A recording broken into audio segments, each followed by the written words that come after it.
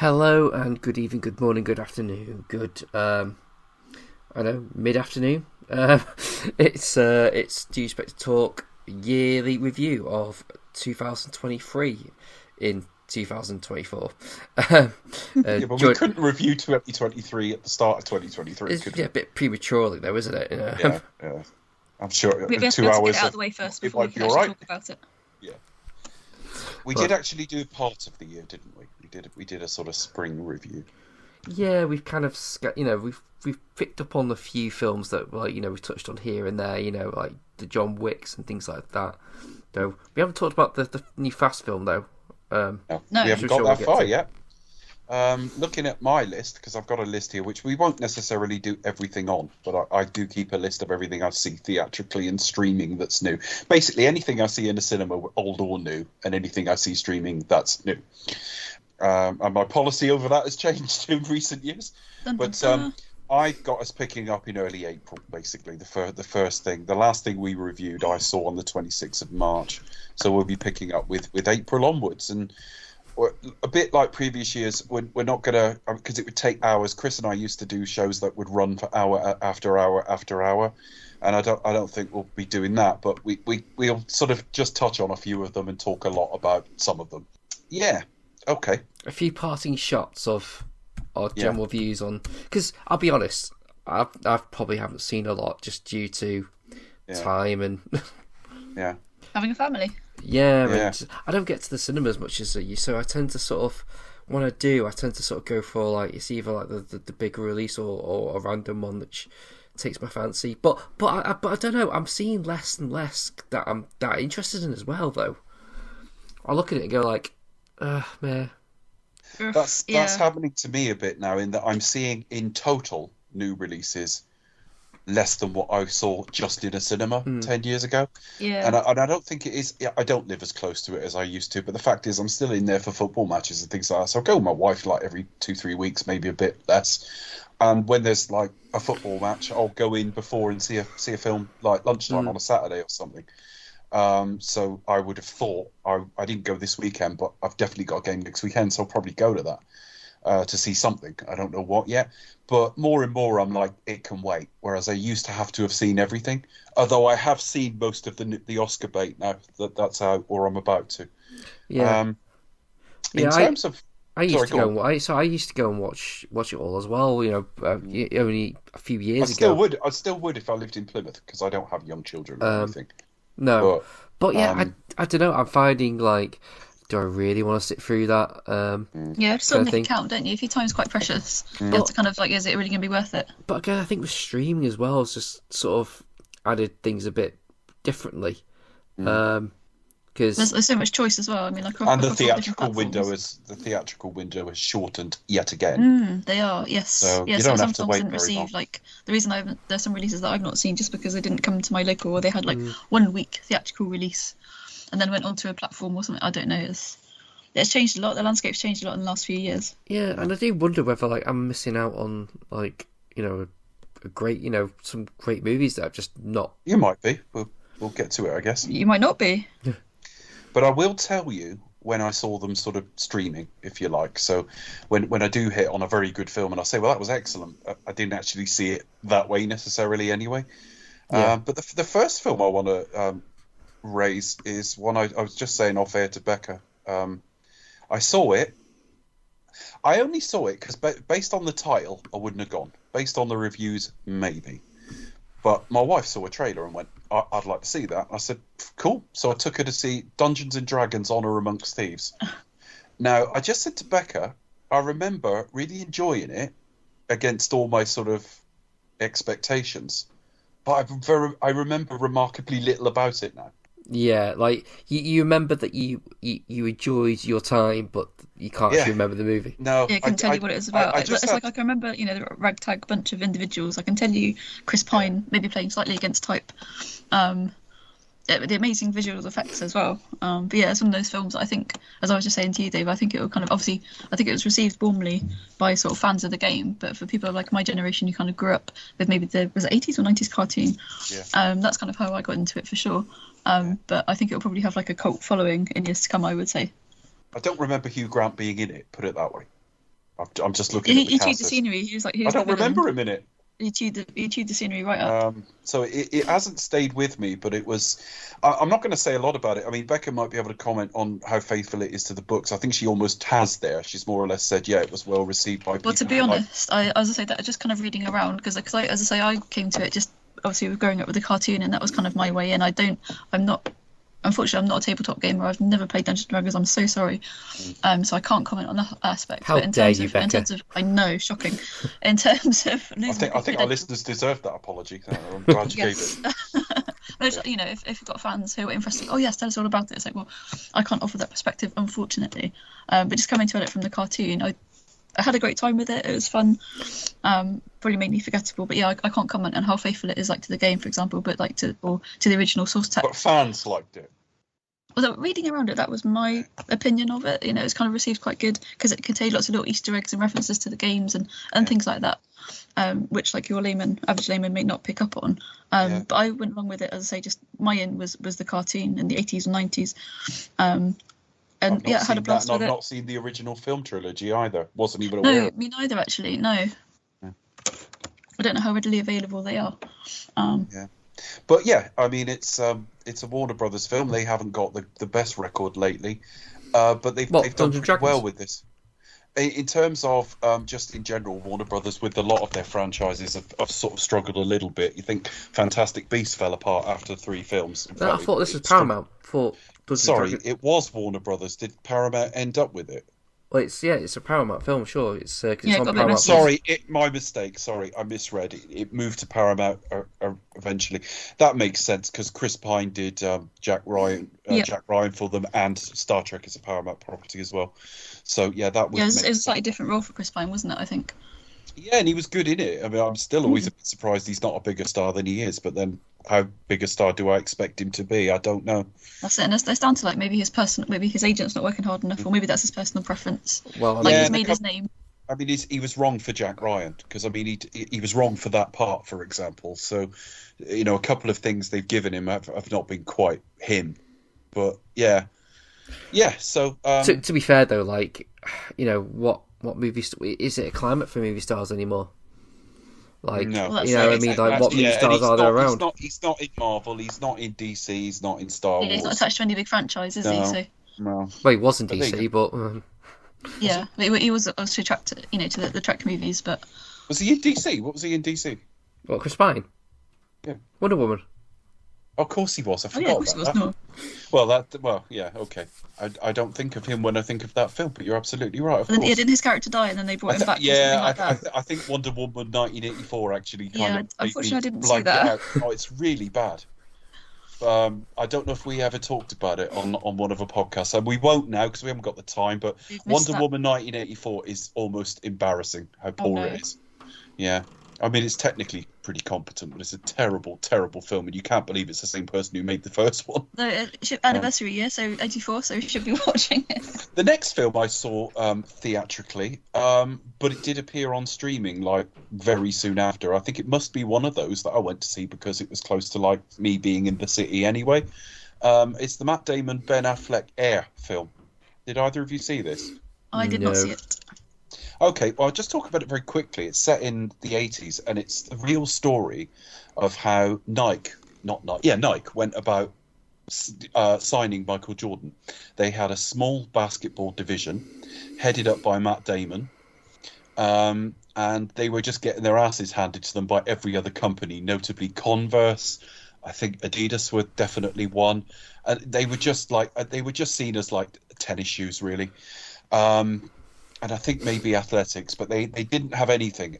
And they had a certain amount of money each year that they tried to spread amongst 3 of the draft picks. And Matt Damon this year says, we pick one, we put all money to it. And he decides from his looking around, and he watches some college basketball, and he sees a particular Michael Jordan performance and decides that's his guy, and has a well worked out rationale as to why. And he goes to the head of the company, a real guy, but he's played here by Ben Affleck, complete with a bit of a sort of poodly perm going on. And Jason Bateman's in it as one of his colleagues as well. And you don't actually see the front of. You don't see Michael Jordan's face. Whenever you see him from behind and off to the side. It's almost like he's almost made like a bigger mythic character, which is more the case in the United States than here, because we do have basketball fans, but they're relatively few and far between. It does get aired here on Sky, just as the Super Bowl will be on tonight. But it has limited appeal.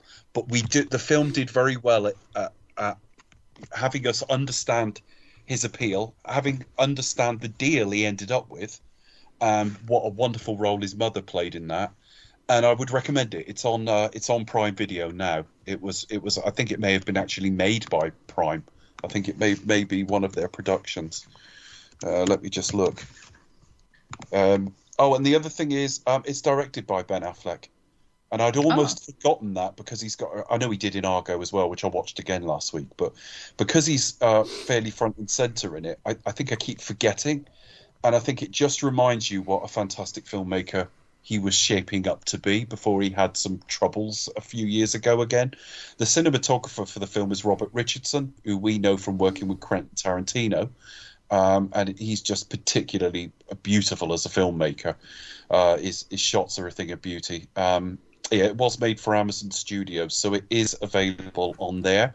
It's under 2 hours long, and it's got a really good cast. Yeah, Marlon Wayans is in it. Jay Moore. Who plays his mother? Violet Davis. Violet Davis is in it. Oh, wow. Amazing. Chris Tucker's got a small role, and I very much recommend it. And you don't have to be a basketball fan. I think, obviously, it would work on a deeper level if you did deeply understand Jordan and the sport, but you don't need it. It's about one corporate showing some balls, basically, and actually committing to believing in someone who says openly through his parents, because you don't really hear him, he's got no intention of going to Nike. It's his parents decide to hear Matt out, but not only that, he says, what would you ask me? And he said, I would ask me what the other guys are going to say. So when you go to Converse, Adidas, which was in Germany, and somewhere else, they're going to say this to you, because he knows how they think. It's really good. It's really good. So that's that one. Next up, for me, there are other films I've seen, but there are things I don't think anyone will see or can easily get, like screeners I've done and stuff like that. Next sort of half decent budget one was the Super Mario Brothers film.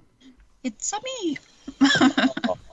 I had absolute blast. I never ever had Nintendo, so I never had Nintendo. I mean, when I was younger, I had Sega, and then I had the first PlayStation, and then I've had like an Xbox 360. Then I was on PC for a few years, and now I'm on PS5. So I've never had Nintendo. So I've never played Mario Brothers. I had a Game Boy. So how was your experience of the film? I really liked it, except it's a shame that it was kind of a meta thing that they got the accent to be like what they do as marketing their business. Yeah. And they actually talk perfectly normally outside of that. There's a lot about it, again, that hasn't really stayed with me. I only went to see it. It was another one of those, I'm in for a slot at a film. This one lines up. I'll have a look at it. There's a lot I don't remember about it, but I just, again, a bit like that one, I really enjoyed it. What did you think? Chris, did you see it? I did not, no. I loved it. Yeah, so, yeah, unfortunately, I did have like Nintendo and all that kind of thing. So growing up, obviously, I think you were kind of either one camp or the other. You like Sonic or Mario. I kind of like straddled a bit of both, really. But I think my heart would always probably be Sonic. You were straddling Mario. I was straddling, yes. Right. Princess Peach might have something to say about that. Have either of you seen that horrific '90s movie with Bob Hoskins? Yes, I watched it. I think he's now is enjoying a bit of a resurgence. I was visiting my dad one day, and if I'd been there, because I was always a bit more, my dad liked films and he was reasonably semi-literate, but I obviously read more than him, be that newspapers or the film show or whatever. So I already knew this film was a fucking turkey, right?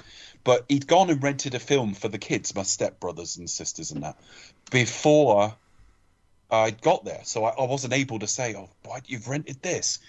So he'd rented the Super Mario Brothers and I watched it. And I must say, for about 10 minutes, I found it quite fun. And then it massively outstayed its falls off a cliff. It's so bad. Yeah, I've not really seen that since. I need to revisit. But I'm pretty sure I did see it kind of when it came out, and obviously being Bob Hoskins and everything. I think at the time it was Turkey, wasn't it? It was pretty sort of critical and financial kind of failure, a big bit of a flop, really. Considering you've got Bob Hoskins, John Leguizamo, and his name I can't pronounce. I think, but I wouldn't say for certain. Yeah, that's the one. Yeah, apologies. No offense meant. I'm just really bad at pronouncing names. It's not like I'm making no effort because I am. But yeah, I mean, with this new one, it's been lots of fun. It's the same, sort of like as a Sonic movie. It's kind of from a big studio, Illuminations. Obviously, a lot of hype from Minions, for example, and many more kind of like favorite animations beside.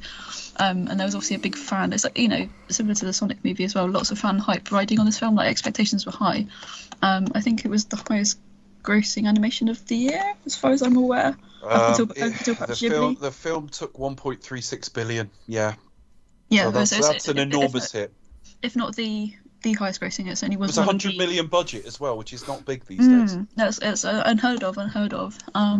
I think there were lots of nods to like the classic games and also the new games like Galaxy, for example, as well on the Wii, Wii U, for example, as well. There is actually some platforming in the film, isn't there? There's some platforming in the film, and you've got Donkey Kong in the film. You've got Donkey Kong definitely. So it combines. So you've got obviously the classic Mario platformer games. You've got Donkey Kong, you've got Mario Kart as well, and you've got Galaxy. So you've got a plethora of games that are being represented throughout the film. Jack Black as Bowser, he's absolutely hilarious because I thought, oh my god, he's going to be terrible, but no, he's actually really good. And obviously it was Chris Pratt as Mario as well, and I kind of thought, well, how is it going to be? Chris Pratt, and he's actually really good. And they had that, they took the wise decision to reference the accent straight away and then drop it. But it's like how Charles Martinet was famously the voice of Mario in the games. He has a very minuscule cameo. It's great that he appears, but he has one soundbite and that's it, unfortunately. So it's kind of like we were all kind of like, oh, are they going to say, oh, it's me, I'm out, and go down that stereotype. But it's quite refreshing that they didn't. But the animation is beautiful. Like with Illumination, their work just gets better and better. It looks absolutely stunning. So it's a beautiful looking film. Yeah, very pretty, as is most of Illumination. I mean, I'm a big fan of animation anyway, like Ghibli, Pixar. I'll quite happily enjoy it, lap it all up. But yeah, for me, this is being a fan. Yeah, their style is very clean. It is a very clean sort of very clean, style. very polished. Just like Despicable Me and stuff like that. Yeah. I mean, if you enjoyed Sonic and the sequel and this as well, do check it out if you're a big Mario gamer, especially if you're fans of like Galaxy and those kind of looks of the games. And it fantastic cast as well, lots of laughs, and it's one of those ones that everybody can enjoy. So from young kids through to like adult gamers, in the 30s and 40s now, guaranteed you have a great time with it. So yeah, highly check it out. Yeah, okay. I'm going to deal with two from different points in the year together here because 2 Three Musketeers films came out this year. Yeah, they came out nowhere near me. Oh my god, I really wanted to see them because you've got Eva Green, and it's actually a French film set in France about French history in the French language. Yeah. I could not find them anywhere near me, so I was gutted to miss these. I've literally just picked up D'Artagnan on Blu-ray because it received a limited version throughout Europe. Yeah, I would have caught them as well, but for me it's just a matter of time and availability of showings. Really, it was just like I think there was maybe like one showing of D'Artagnan and that was it, and then they had one like they showed it at a independent cinema near myself maybe a couple of weeks ago, but I think I was working, I couldn't make it, unfortunately. But it's just like these films, they've got an amazing cast, but just because they're European productions means that sometimes perhaps they might get a very, very limited release window, which is such a shame. Yeah, they had plenty of showings where I am, but not for long though. No, the geographic spread seems like wildly out of balance. You would get like at least three screenings a day. Or like in London or big cities, for example. Like it didn't even. I don't think it came to the Everyman. I mean, luckily in Salisbury we've got Odeon, Everyman, and then our nearest ones would probably be View, Basingstoke, and then probably Southampton, where you've got Harbour Lights and other indie cinemas as well. But it didn't even. I don't think it even came to the Odeon remotely near, because they've got this policy at the moment whereby like it has to be, your cinema has to be 6 screens or bigger basically, and as a 5 screen thing, and it's just whereas I've got a 12 and a 15 here. Sorry, no offense. I've got a 12 and a 15 here.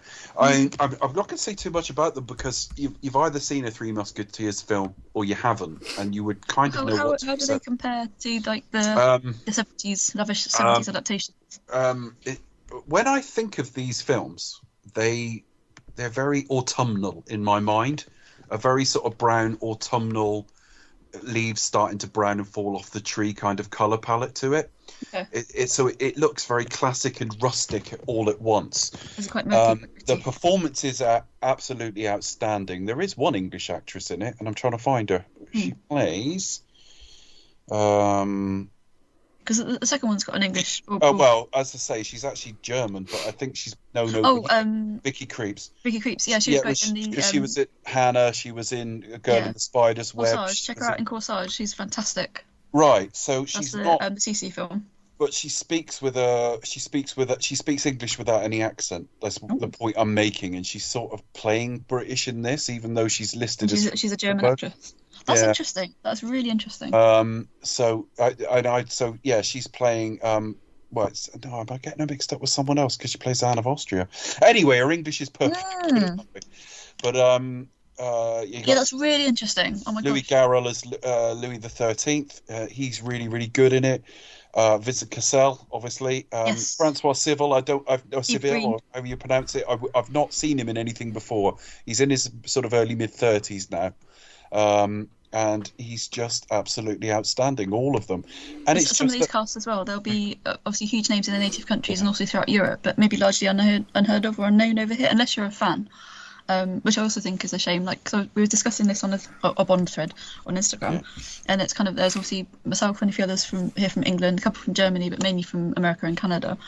And we're kind of going through like some famous names, people like Vicky Creeps, who are kind of more known over here in the UK.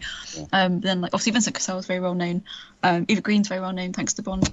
But then the rest of the cast, I was sort of like, unless I'm into French cinema, I don't know, unfortunately. And they're like, no, they're really famous in Germany and Europe and France. And it's just like, they don't make that leap over.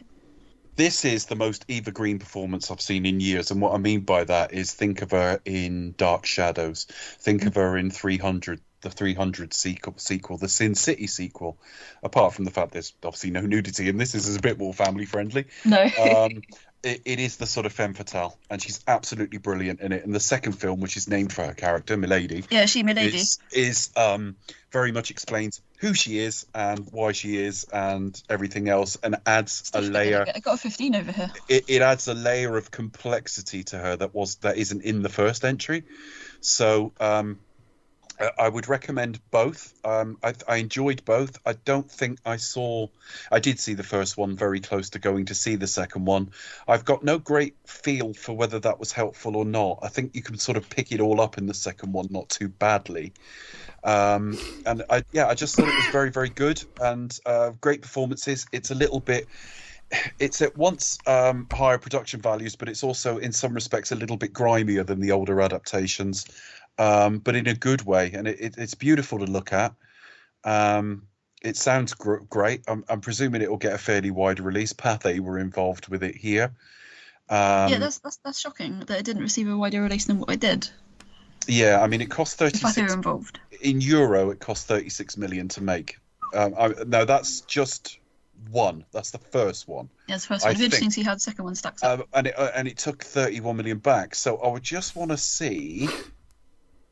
Milady, what did that do? Now, Milady... You should think of Parker. It's brilliant. Yeah, I know.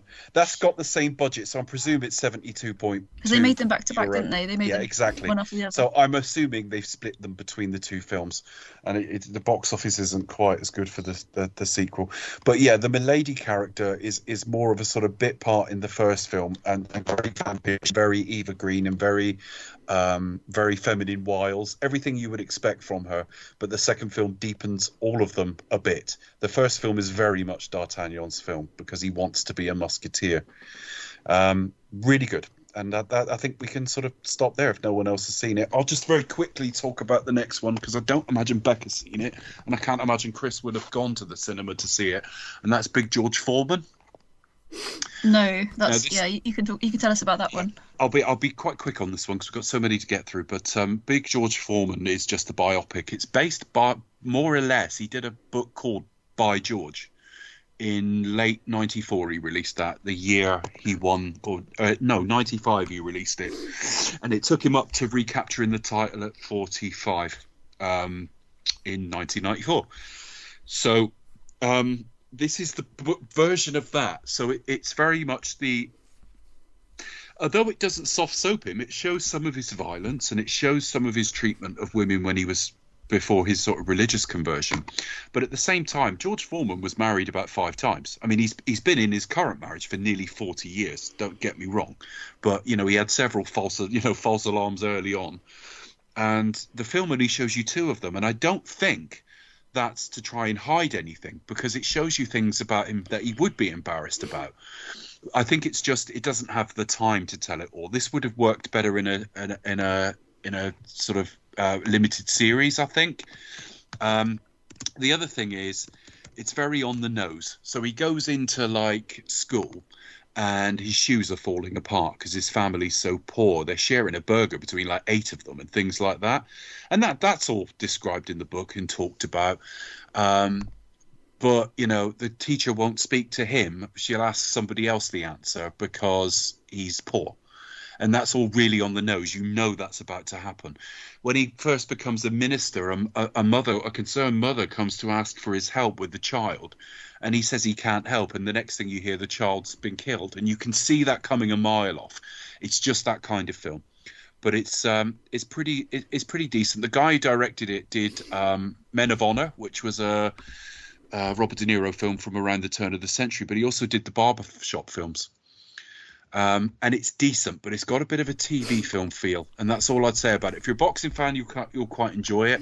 It's got the worst CG I've seen since face replacement I've seen since the Rocket Man, where they put Taron Egerton's face on Elton John in the I'm Still Standing video. So this guy, Chris Davis, he's called, plays Foreman. He plays him as a younger man, and then he bulks up to play him as the bigger, older guy, because George was quite doughy in his second career. But they showed footage of him fighting Evander Holyfield. And they showed the real fight, but just superimposed his face on the top, and it looked terrible. But apart from that, pretty good. Then I went to see Renfield, which was a Nicolas Cage and Nicholas Hoult comedy. And I barely got through it. I thought it was dreadful. Did either of you see it? I didn't see it. I don't know what it was. A bit of a thing with Nicolas Cage. I'm like, no, I need to revisit. But, I think where he went through a period of just making any old film. I think he's got out of some of his tax problems now. I mean, I saw him in the Unbearable Weight of Massive Talent. He's coming out the end of it it now, isn't he? Bless him. Yeah. So. But I appreciate he's done a lot of great films as well. Oh God, no, he has. He's got an impressive body of work behind him. But I think I was just a little bit put off. But no, he can do like any genre. He can turn his hand to any particular role. Okay, moving on. I think this is probably the start of his comeback. But yeah, I didn't see this one. Okay, moving on then. Guardians 3. I did not saw see this one. Tell me about it, Chris. What did you think? Well, it's the long-awaited third movie of the Guardians of the Galaxy. How many years is it? Is it like surpassed how the Bond franchise is doing now? 2018 was the last one. Yeah, 2018 was the last one, so 5 years. And it's a mixture of 2 things. It's firstly how much they've got to get through Marvel, full stop. I mean, Doctor Strange took years to get a sequel, but part of it is also, of course, you had the hiring and firing and rehiring of James Gunn, who in between went off and did the Suicide Squad, which he probably wouldn't have done. It's done him a favour, actually. Yeah, no, he's taking DC. Yeah, so he's taking the whole of Marvel. So I quite enjoyed it, Dave. I don't know about you. I think it's one of the cases where I think the momentum has gone because it's just been that long. It felt gone. I felt less invested, as much as they did Rocket Story extremely well. Yeah, I must say. And the CG's come far enough in the character design that you could actually feel for him, whereas he looked a bit fakey in the first film. Yeah, I think there were some parts of it just didn't quite work, but I think overall, I think it worked well. It worked well enough to be like a successful third installment. Are you about the same then, Dave? You feel like it was good, but I gave it. I said a lot of positive things about it. I'm going to start with a negative and actually say some positives then. Let's get the negative out of the way. I said I thought it was too long. I said I'm actually looking at my review now because I had to remind myself what I think of it. And I actually reference, and I don't mean this I don't mean certainly I don't mean it as a compliment, but I'm not suggesting it's as bad as this film. I said the structure brings to mind the Rise of Skywalker because it had a bit of a fest quest nature. We've got to go and get this thing, and then when we get that thing, we'll find we need another thing, and the first thing wasn't relevant.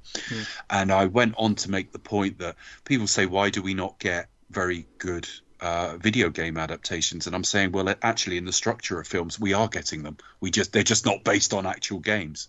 So we wasted an hour of this film on like irrelevant missions, if you like.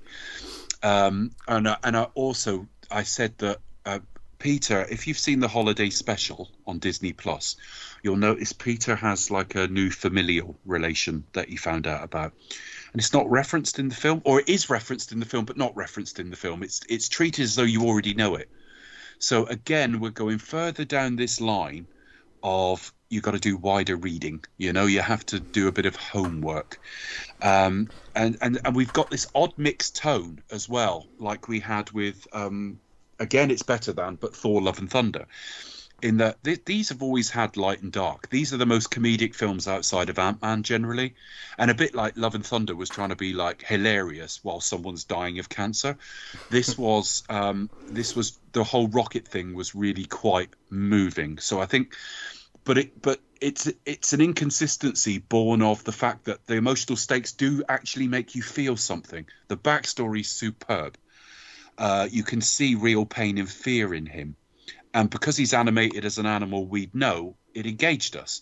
It made me think of Rise of the Planet of the Apes in places, you know, where they would mistreat the animals and stuff. So I think, yeah, I've got, in the end of it, I sort of gave it a 3-star review because of the limitations in its structure and the sort of tonal inconsistencies. But the best bits of it were very good. Yeah, I'd say I think I quite like the villain as well. And I was quite surprised that it was given to a guy who's been in stuff but not a name. He's been in like Spectre as like kind of not even didn't have any lines, I don't think.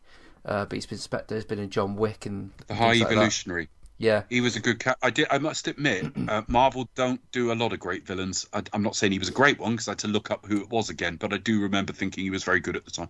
Yeah, it wasn't just a flat out oh, I'm evil, ha ha ha ha kind of thing.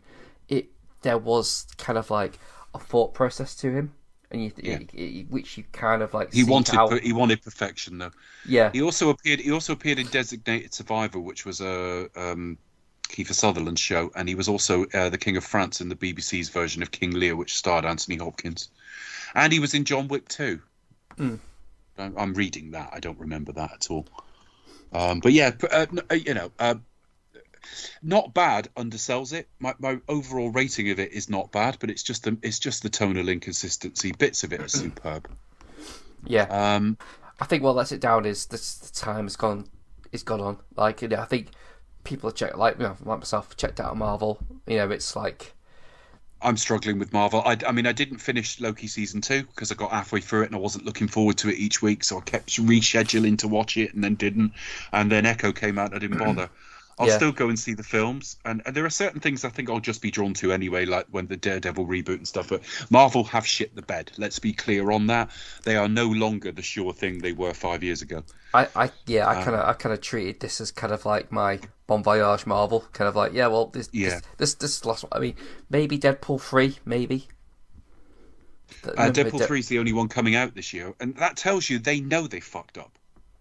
You know, they're resetting. So we'll see. I still think there's enough brains there, but they've really got to get their heads out of their asses because they're making very, very obvious mistakes that you can point to. But yeah, we'll more on superheroes a bit later on. Well, Deadpool 3 could like reboot the whole thing, though, potentially. Theoretically, it actually could.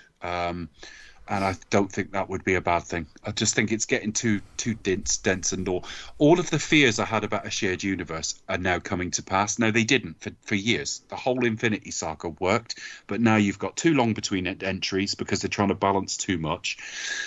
Too many corporate decisions going across the whole thing. So if one film makes a mistake, they all make the same mistakes.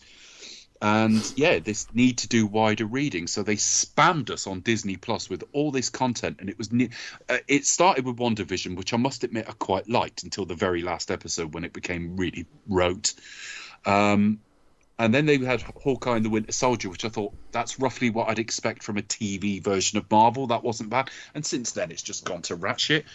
And I've enjoyed relatively little of it. And things like, honestly, She-Hulk I thought was embarrassing. But talking of Disney Plus, though, I did watch Rye Lane. Did either of you watch this?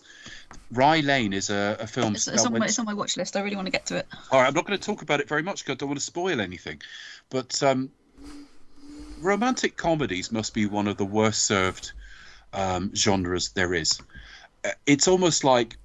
I don't think it is, because plenty of women make them. But it strikes me as something like men make for the little ladies. Do you know what I mean? Because it's always so patronising and a bit fucking dumb. And you always have a group of female mates in it that are over fucking excitable. And I just think that the average standard of rom-coms is terrible. And when you think you had stuff like When Harry Met Sally, which is just absolutely superb. And some I know his name's dirt these days, but some early Woody Allen films were really, really good.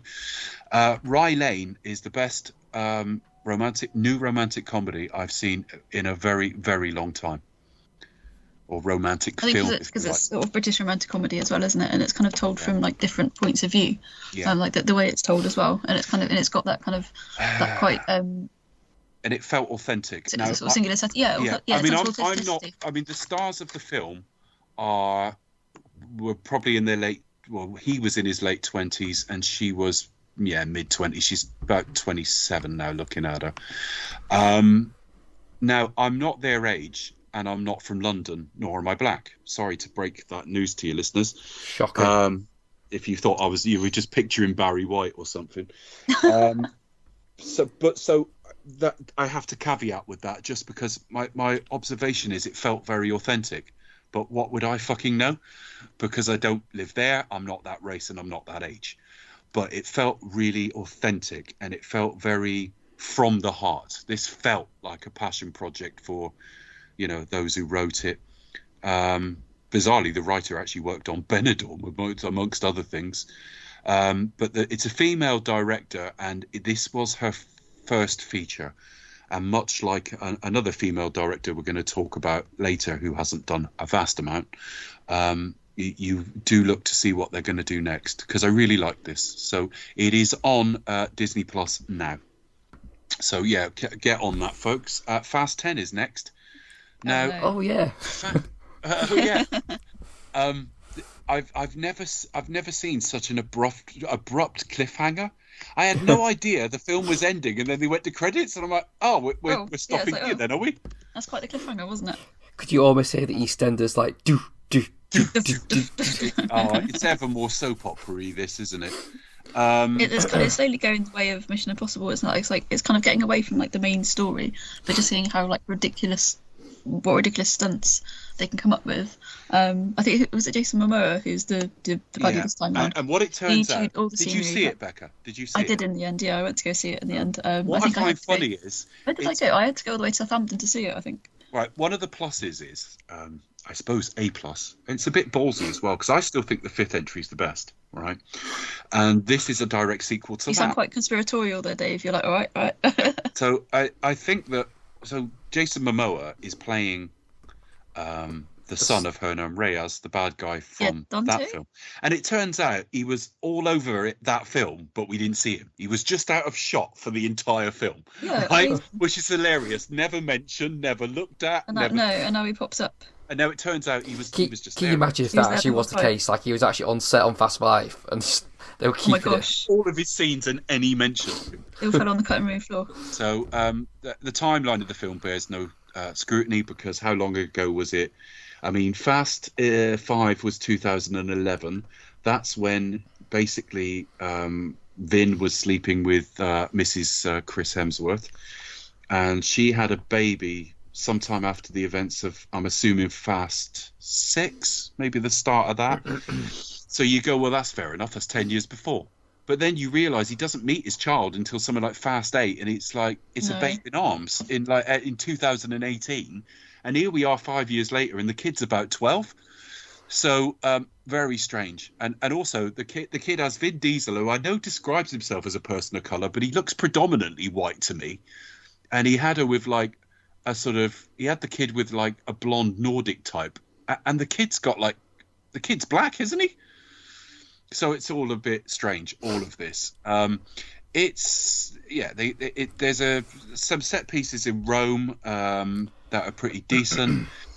They find there's some good car chases in it. They're quite good, aren't they? So the Rome sequences are really good actually. And then you've got I think they make better use of the city than they do like in Mission Impossible, for example. I'd say so, yeah. I saw two films quite close together that had set pieces in Rome, and I remember thinking that's the better one. Not the better film, the better sequence. Yeah. They trash the city. Little Brian, named after the other Brian, obviously, who passed away. Oh yeah, there's a nice sort of tribute to Paul Walker. Yeah, he wants to inflict pain on Dom that Dom inflicted on him, so it's all to do with his son. And they've got no money. Their money's been stolen from them. All they've got is the cash held by... what's the character called? What's he called? Oh gosh, I can't remember. That's terrible. Roman. That was it. And I just remember, enjoying it. It's an ever-growing cast because you got Cypher working with Letty to try and get out of incarceration in Antarctica. The bumpy year for Michelle Rodriguez, really, wasn't it? So. Another dead character turns out to have been all right all along, but just get in contact. Back from the dead. John Cena's in this one as well, so it's enormous. What I would say is... I kind of feel like... I mean, I need to see it again because I didn't see it repeatedly upon release, but I kind of feel like he was a bit underused. Yeah. Almost like... John Cena was, yeah. He wasn't in it nearly enough. He's there for a specific plot point. Yeah. But you've got... but he is really good, though. You've got Brie Larson in it as well, who is, I think, a bit wasted. She's the daughter of Mr. Nobody. She is underused. She's like, hello, I'm not Kurt Russell. Yeah, exactly. Yeah. Hello, I'm not Kurt Russell. Who is not appearing in this movie. Yes, not appearing. But what I would say is, I said at the time, and now I'm 8 months on or whatever it is, this was true. I am looking at my written review just to see what I said. I'm not quoting from it, but I've just spotted something I said where I said that I can't be certain, but I think in a couple of years' time, my memory of this film will be a bit stronger than the previous one, because I literally had to. Apart from Fast 9, there's a stunt on like a rope bridge at the start of the film, and that's about all I can remember. This film has stayed with me a bit better. So as modern fast entries go, 5 to sort of 7 was the sweet spot, definitely. Certainly 5 and 6. But do you think that's partly because Jason Momoa just chewing the scenery? He was eating a combine harvester when he first met it. I do refer to soap opera. I always refer to the same thing, don't I? The episode of Friends where Dr. Jake Ramore's fathering twins, but only one of them is his. And every conversation is almost comically like earnest, except between Tej and Roman. People with dead just turning up again, and it's everything you like and dislike about the Fast films, and it's a pretty decent entry actually. Given it's gone over to Louis Leterrier, who I don't really love as a filmmaker. I think he's done okay here. Yeah, I thought it was kind of fun throwaway. Looking forward to see what they do next, but it does follow the tradition of like no one ever really dies. All the bad guys end up turning good. Because he'll be getting a pizza with Momoa by the end of the next one. And a like I generally thought like Cypher would be like, well, she'll be a mainstay in villain surely now, because she was irredeemable, wasn't she? I know, it seems to be like redeeming her now. It is a bit bizarre. But I must say, I reasonably enjoyed it, and that's all I want from these films now. I think we're past the peak of this franchise. It's holding on. It's holding on well enough.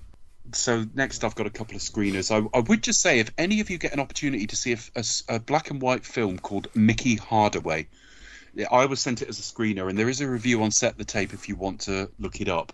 It's a film I was really fond of, but I'd be surprised if 50 people in the world have seen it, because it just had no traction. But that was good. I'll pass over the other screeners. Next one up for me is we've got three or four blockbusters in a row. Spider-Man Across the Spider-Verse. That was amazing. I loved it. I thought it was beautiful, absolutely beautiful animation. Yeah, the first one had this weird 3D but not 3D effect. You kept thinking the sort of projector was not working or something. This didn't seem to have this quite as much. And they've sensibly sort of just aged the character. He's moved on a couple of years. And he's what they know as a sophomore over there. Sorry to interrupt, Yes. but Mickey Hardaway is on Amazon Prime. Oh, we'll check it out. Do watch it. It's really good. There is a real filmmaker there, believe me. The star will put you in mind just physically. He bears a resemblance to John Boyega, the lead, but it's really good. And it's a no budget film. It really is, but I liked it, and I just think that the filmmakers and the actors have talent, and a lot of the people aren't really actors, you know. But so Across the Spider-Verse, this is just again, it's a bit. I was a little nervy just because. I didn't love the first one as much as some people did, but I did accept the majority view, if you like, that it's a great film. I just didn't quite jibe with quite as well. But I thought when they said it's going to be like every fucking Spider-Man ever made is going to be on the screen at some point, I thought this is just going to be massive, massive overkill. And then, one of the Spider-Women's going to be a pregnant woman. And I just thought, my God, what are we trying to do here? I thought it was fantastic in every way. I thought it was a better story, better film. I just think it absolutely outdid everything you would love in the first film. They've managed again to animate everybody to their original look, if you like. It's certainly one of the most colourful films of the year as well. Like, it's the first one was quite vibrant. I kind of felt like because all the different strands, it kind of came off as perhaps a bit too much. But like this time around, everything kind of slotted into place quite nicely, I think. And it's certainly kind of one of the most sort of colourful and vibrant films of the year. And last year we saw a lot of re-releases of like classic movies, and also like Pan Pressburger, for example, who are some of the most colourful palettes out there. Yeah. So. Like everything, it's a matter of opinion, but I would say I would struggle to think anyone who liked the first one wouldn't like this. And I, as someone who was relatively positive about the first one, but nowhere near a lot of other people, I thought this was blinding. I thought this was really good. A film that has been promoted for years and been waited for years, and was supposedly, even James Gunn said, is one of the best superhero films he's ever seen. The Flash finally saw release. I didn't see it. I've missed out on the Flash movies, unfortunately. Okay, first thing I want to say about it is the CG is the worst you'll see in a mainline film, possibly ever. There's a scene where he's the babies saving babies from a maternity ward, and he's catching them as they fall, and they make the baby in Train Spotting look realistic. The effects are absolutely dreadful in this film. I think the main thing I'd say about this film is the director said that Muschietti, I think he's called. He said that when they were questioning him about the lead, that he was saying, I can't see it with anyone else, and I think he did enough to convince me. Actually, he irritated me a lot less than certainly in the theatrical Justice League, talking about brunch and shit like that. And he carried the film fairly well. And actually, what made him less irritating was the fact that he was playing against a more irritating version of himself. Oh, really? So I think because he gets a version of himself from a few years before, and I won't explain any more than that. But basically, he changes an event which changes everything. So all of a sudden, there's no Superman around and stuff like that. And Batman is now Michael Keaton and not Ben Affleck, who does appear at the start of the film. Him and Wonder Woman are in sort of an action sequence at the start of the film. I guess I'm going to down with faint praise. I've read a lot of slagging of this film. I actually thought it was okay. I was reasonably positive about the film. I think that my biggest negative emotion is slight underwhelmment. It's the fact that, if that's a word, it's just that the underwhelmment. Very underwhelming. I think the build up, the weight, the kind of all the behind the scenes drama as well. Yeah, it took years. It went through lots of iterations. Everyone says this script is gold. There was talk of Keaton coming back as the primary Batman for a while, which obviously now it's changed hands. It's not going to happen. And so I was really expecting something special here, even with all the sort of false dawns we've had. And it's not that. It's not that. It's just, it's okay. 3-star film, in my opinion. I certainly don't think it deserved any of the bullshit it got from certain places. What did you think, folks? Did you see it, Chris? Yeah, I did. I mean, I'm kind of with you on it. I don't think it was awful. I can kind of see where like the first initial sort of praise has got, because I can see, because it's quite brave in some areas. Like, spoiler alerts. The Flash realizes that he can't actually save the day, no matter what he does. Yeah. So that's and the scene where he realizes that and says a certain goodbye to somebody, he plays it heartbreakingly well. Yeah, so it does make some bold choices. I think a lot of anticipation was like, about the cameos as well. I think that was like how are they going to work this? What's going to happen here? But we know some of those were cut as well, so we probably didn't see everything they had in mind. And I know that at the very end of the film, they shot a sequence with Michael Keaton, which in the end film is not Michael Keaton. So they did change their plans on certain things when they changed going forward. I think in general, I just thought I enjoyed it. I'd happily watch it again. The CG was embarrassing. They recreate Christopher Reeve and Helen Slater at one point, and it just looks like a cartoon, as does Nicolas Cage. There's a couple of other little spoilers in there for characters. I mean, I've spoiled the best one really in Nicolas Cage. It's the Superman film we never saw, just fighting the giant spider. But there are a few others on there that you'll see. And it was kind of respectful of its own history, which I liked. But that's it. It's kind of mildly underwhelmed, but not a bad film to say the least. Had DC been more successful, there could certainly have been more of these, but obviously it's not going to happen now. I just feel sorry for Ben Affleck's Batman in this, because he specifically said to him, don't go back changing shit, and he does, and he's the one who's like gone. He pays the price. Yeah, like, cheers, man. There's a little cameo. The cameo at the end, which I won't spoil, is a little bit immersion breaking. It's a bit too nodding and winking, but overall, I'm on the positive side of neutral, if you like, on it. I kind of enjoyed it. It was all right. By the standard of DC films, it's actually pretty good, but it wasn't. I was expecting even better, if you like. Indiana Jones and the Dial of Destiny, I had a couple of screenings of. Now, we've done a review of that, folks. Go and look back through our history. We did one at the point of review. Yeah. I don't think any of us were super positive about it. Nope, I thought it was crap. I thought it was really bad. Yeah, I think I probably enjoyed it of the most of anybody. But it's not the perfect indie film. He's just too old now, and the thing is, I never made a thing of his age when he did King with the Crystal Skull. 66-year-old Harrison Ford worked. 81-year-old Harrison Ford does not. And it also, for me, it kind of, I mean, no disrespect, she is fabulous, but for me it kind of wandered into the little bit of a Phoebe Waller-Bridge and the Dial of Destiny sort of territory. But it's no shade on her. I think she's fantastic.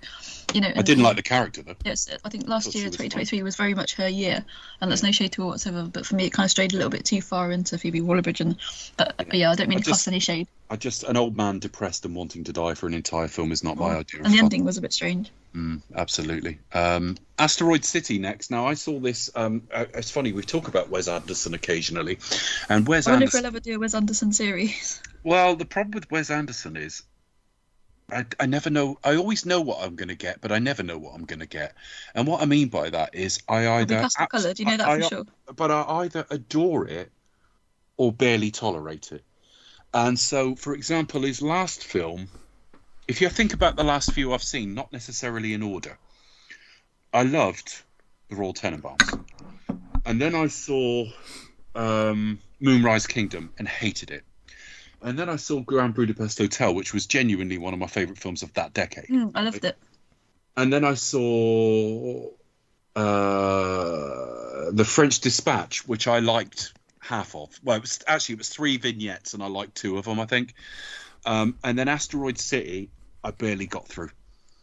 It was Wes Anderson dialed up to 19. I personally really enjoyed it, but I think for me it's probably like the most Wes Anderson movie, if that's such a possible thing. Again, obviously, amazing cast. Sans Bill Murray because he was ill with COVID, but I think he has a line, I think, somewhere along the line. Don't remember now. But cast are all fantastic.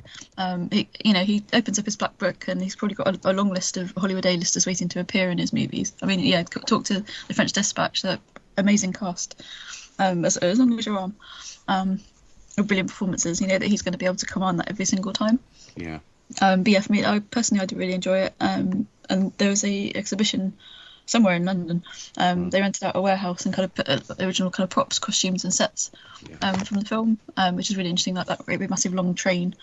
And yeah, there's so much detail that goes into it as well. But yeah, I would say it's kind of the most Wes Anderson.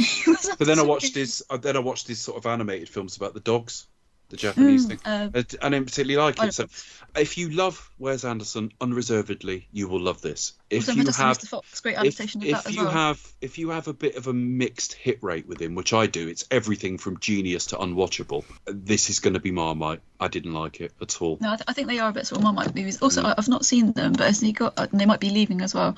Has he not got a series of short films? Yes, he does. Maybe other Roald Dahl adaptations he's on in, Netflix at the moment. He's in the Oscar nominations for that. Yeah. Yes, that is it. Yeah, I know one of them's got Cumberbatch in, but maybe leaving Netflix soon. I'm not sure. Okay. Yeah, I've not seen it, but I've seen it. If you know what I mean, I've seen that it's there. No, I enjoyed it. Like aesthetically pleasing, very colourful, great characters. If anything, perhaps a bit too populous, but yeah, very idiosyncratic. I mean, if you're a fan, then you'll lap it up. But yeah, if you think his film's a bit Marmite, then yeah, this could be a Marmite movie. I've never got on with that with Wes Anderson. I just never got it. Like I get that he's an auteur. He's very clearly an auteur, and he's definitely. And he gets what he wants on screen. You know, he's immaculate in terms of that. But did you like the Grand Budapest Hotel at all? Did you see it? I think I've seen it once. I think I enjoyed it. I would say the most out of his films. Yeah. If that's. Okay. Ray finds it hilarious. Yeah, but I just find it all very twee. A bit like kind of. Oh, it is. Kind of like, you know, I just like it's not got bust a gut. I could almost imagine him fucking masturbating on the set of this. You know what I mean? It all looked so pleased with itself. You know, and then you get this very short reflected shot of Scarlet nude, and I'm sure that only happened to market the fucking thing. Probably. I mean, it worked. I went to see it. Yeah, I just hear, like, you know, I hear people talk about, you know, Life Aquatic and whatnot, and they talk about it with so much love and say, it's so many great moments, and I'm like, I watch that film and thinking, I like watching a completely different film. I don't get what you're seeing. That's probably one of the ones like I didn't get on with so much. I got that everyone with moves about Moonrise Tenenbaums, and I was sort of a little bit like, I mean, great performances. Gene Hackman's fantastic. That's mainly what it is. I love Gene in it. Yeah, he's great, but I just kind of felt a bit like, and there's a couple of ones, that I don't generally get on with. But yeah, obviously this one I really enjoyed. I think just the sort of Americana aspect to it, kind of like the 50s sort of setting. Steve Carell cast against type slightly. But it's a year and a half on from The French Dispatch, which is that was brilliant. I know we screened that. And it's a much longer naked shot of Leia than it is of Scarlet. I don't think you see her naked this time round. Who? Maybe. Who? Scarlett Johansson. Yeah, you do. It's reflected in a mirror at one point. Oh, yeah. Oh, wait, well, she's in the bathtub. Yep, spoiler alert. Yeah. Okay. So I just quickly refer to 3 streaming things I saw that are worth investigation, and then we'll get back to the cinema releases. There is a biopic of Stan Lee. I can't remember where that was now. I think it's Amazon. On Netflix, there's a biopic of Wham, which I really enjoyed, and on Apple, although I quite frankly got a rip of it, there's a film called Still, a Michael J. Fox story, or Michael J. Fox movie, sorry. And I just recommend that. It's hard to watch in a lot of ways. Michael J. Fox is in his 60s now. I think he's 62 or something like that now. And it's really, really taking an impact now. You watch him a few years ago in something like Curb Your Enthusiasm, and he was badly affected then. But, you know, he could play it into his role. Well, now he's having severe falls, because falling is part of the illness. He struggles with balance. So when he kind of tries to walk, he's almost running forward to try and stay upright. And lengthy interviews about what sort of man he was, a bit about his career. I don't know if it's available through any other service, or you can rent it, because you can rent things from the Apple store in the same way as you can Amazon. Still, a Michael J. Fox movie is really worth watching. I doubt either of you have seen it, just because it's behind that paywall, and I just happened to get a hold of a copy. But it's really good, and it's just the honesty of the man. Some of the stories, I read his book maybe 22 years ago. He did his first autobiography when he was about 41, 42, 2001, something like that, 2002, something like that, and it was called Still Lucky or something like that. And it described, a lot of the photos from that are in this film. You see him working on Canadian television, and then how he comes to America, and how he became quite a heavy drinker, and how he met his wife. He told those stories in the book, and he does tell them again here. But what we have on top of that now is his kids are grown up, so they participate in the film and talk about him. His wife is able to participate to some degree, and of course the physical challenges he faces at 62 are a lot more severe than the ones he faced at 41. So I do recommend that to everybody. Whilst we're on the topic of streaming, if I can bring one film up, seeing as we're moving on to Hitchcock, I think it came out 2022, but I'd just like to point out, because I saw it. And it doesn't count. No, it doesn't count, because it was on. I don't do Prime, but I did a free trial to see the new Mark Cousins biopic. My name is Alfred Hitchcock, and it was that weird one where I thought you meant a biopic of Mark Cousins. I thought, watch that. Yes, making the big documentary about the history of film. Oh my god! Incidentally, check that out. It's one of the most mind-altering and incredible documentaries you ever did see. And you'll have a watch list that goes on. Does he narrate it? Yeah, so he's voiced by Alistair McGowan, great impressionist, and broadcaster and comedian. And it's kind of almost do as an if he's impression of Mark Cousins. Yeah, yes. With his Irish Mark accent. Cousins just couldn't be asked to appear. He's like, No, you can do me, can you? So not appearing in this film, and got Alistair McGowan to do an impression.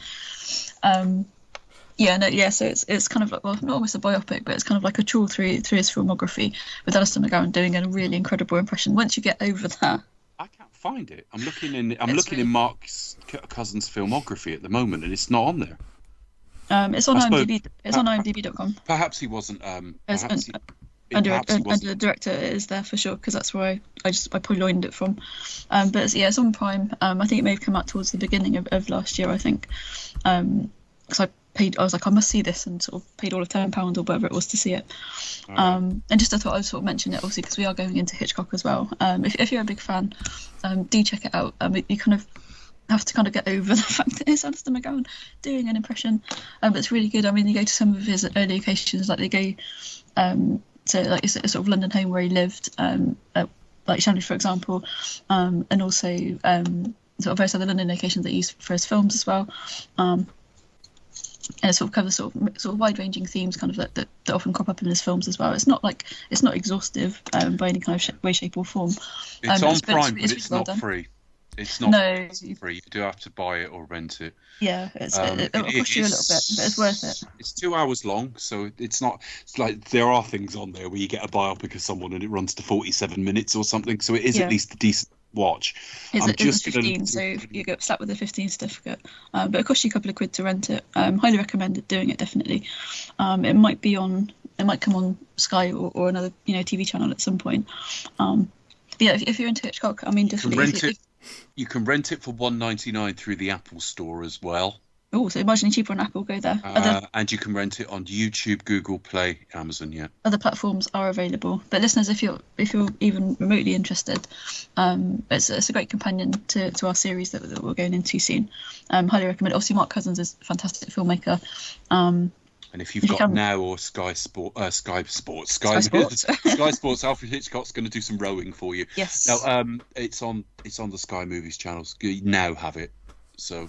Yeah, check it. Well, there's also another one called I Am Alfred Hitchcock. Don't get the two confused, because I just did. They are a little bit different. I'll say that's a 2011. I clicked on the wrong one. Sorry. That one is 2021. Which is equally good.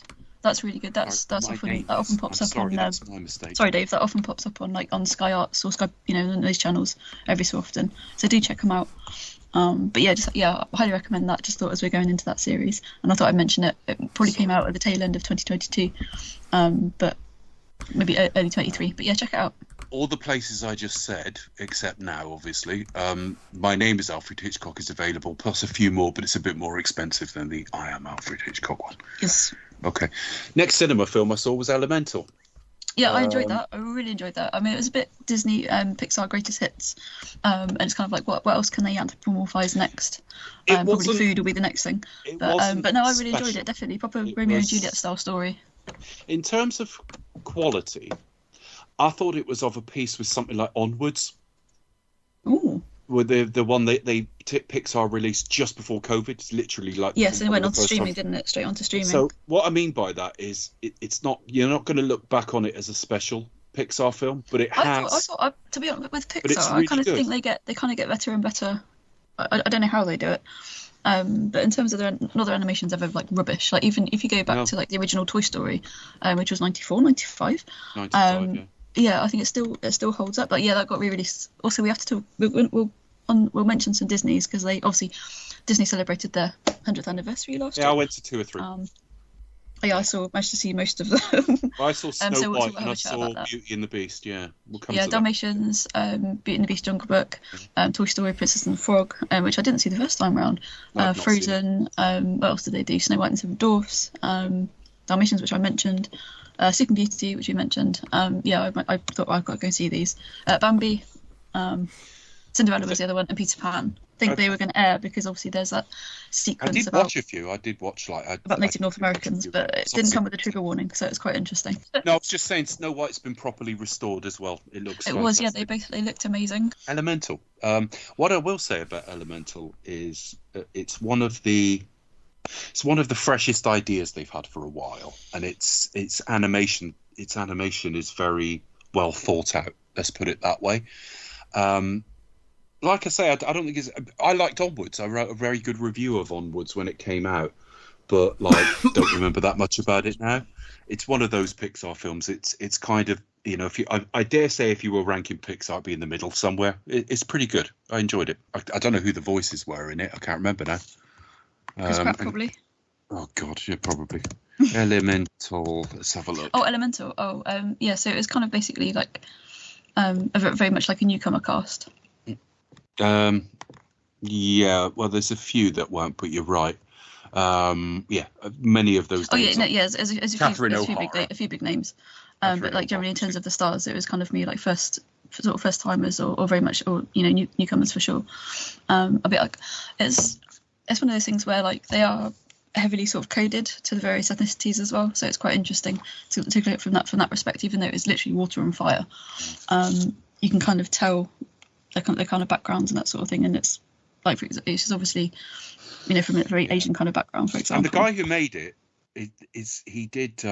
he voiced Emil in Ratatouille, but he also directed the Good Dinosaur, which is, for my money, the worst Pixar film. I think it's one of the weakest, isn't it? I must say Ratatouille I had a difficult time with, and it's one that I don't return to very often. So I would have been a little bit worried about this, but this is certainly better than the Good Dinosaur. It's good. It is good. I'd probably place it above Onwards as well.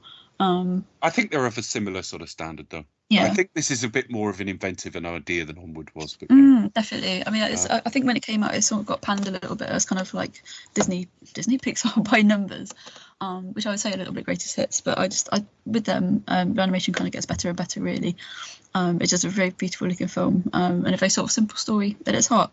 So yeah, worth checking out. Yeah, definitely. Okay, so Mission Impossible we covered. So again, you'll find a review from the summer on that.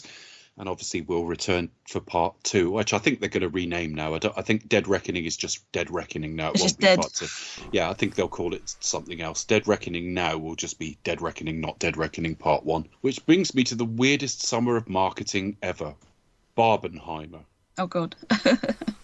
We can't talk about last year's films without talking about Barbie and Oppenheimer. A lot of people did these as double bills. I mean, I wasn't going to because Oppenheimer was long enough on its own. No, a friend of mine did it.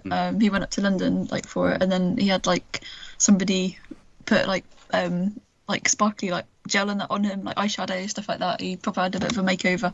And then he walked in to watch an atomic bomb film. He did. Turned out to be the other one.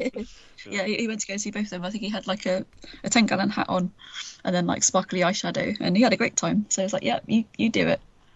Yeah, I mean, all I can say is, because I did a full written review of Oppenheimer, which you're well happy to go and read if you want, but it's I only saw it the once. I thought the only thing I can say about it is you probably know quite a lot. Anyone who's listened to us for a while will know what I think of Christopher Nolan and his different eras of film and stuff. I haven't loved a Christopher Nolan film since 2010. I loved this. I thought it was superb. I enjoyed all the sort of different sort of time periods, all the different bits of story, all of the performances. It just had me. I was absolutely gripped for the entire 3.5 hours or whatever it was. Barbie. I went to see because originally it was going to be an Amy Schumer film, which is odd casting, but obviously you get from the Barbie film we got that there's all different types of Barbies, and there could have been a sort of subversive element to that. And when it went over to Margot Robbie, I was like, I don't know, she's good, but she's got, I'm not saying I particularly like Amy Schumer, but that was a sign to me they were going to make a more straightforward film. And then it started getting very, very, very good early buzz, even though, Mattel were involved with it. And I just thought, I thought this is just going to be a toy commercial. And it was just so much more than that. Without going into it in any depth, I really liked both films. Oppenheimer would be, I haven't ranked my films of the year, but Oppenheimer would be in the fight for first place, and Barbie would probably be in the top 10. They'd both be in that top spot. Yeah. Oppenheimer would be the top spot. Yeah. Did you see them, folks? I didn't see Barbie because I'm 40 year old. I mean that's always been my thing. I'm not but The target demo. No, you just put a pot of popcorn in your lap and make groaning noises every couple of minutes. Yeah. I've got some words to say about that. No, I was quite happy to see it. Yeah, I mean, yeah, I wasn't gonna, but I mean, don't get me wrong. I probably will watch it at some point, and I probably, and if I was like in Dave's position where I was like reviewing films, I probably would watch it to just have an opinion. But no, I only watched Oppenheimer in IMAX. I did in IMAX too.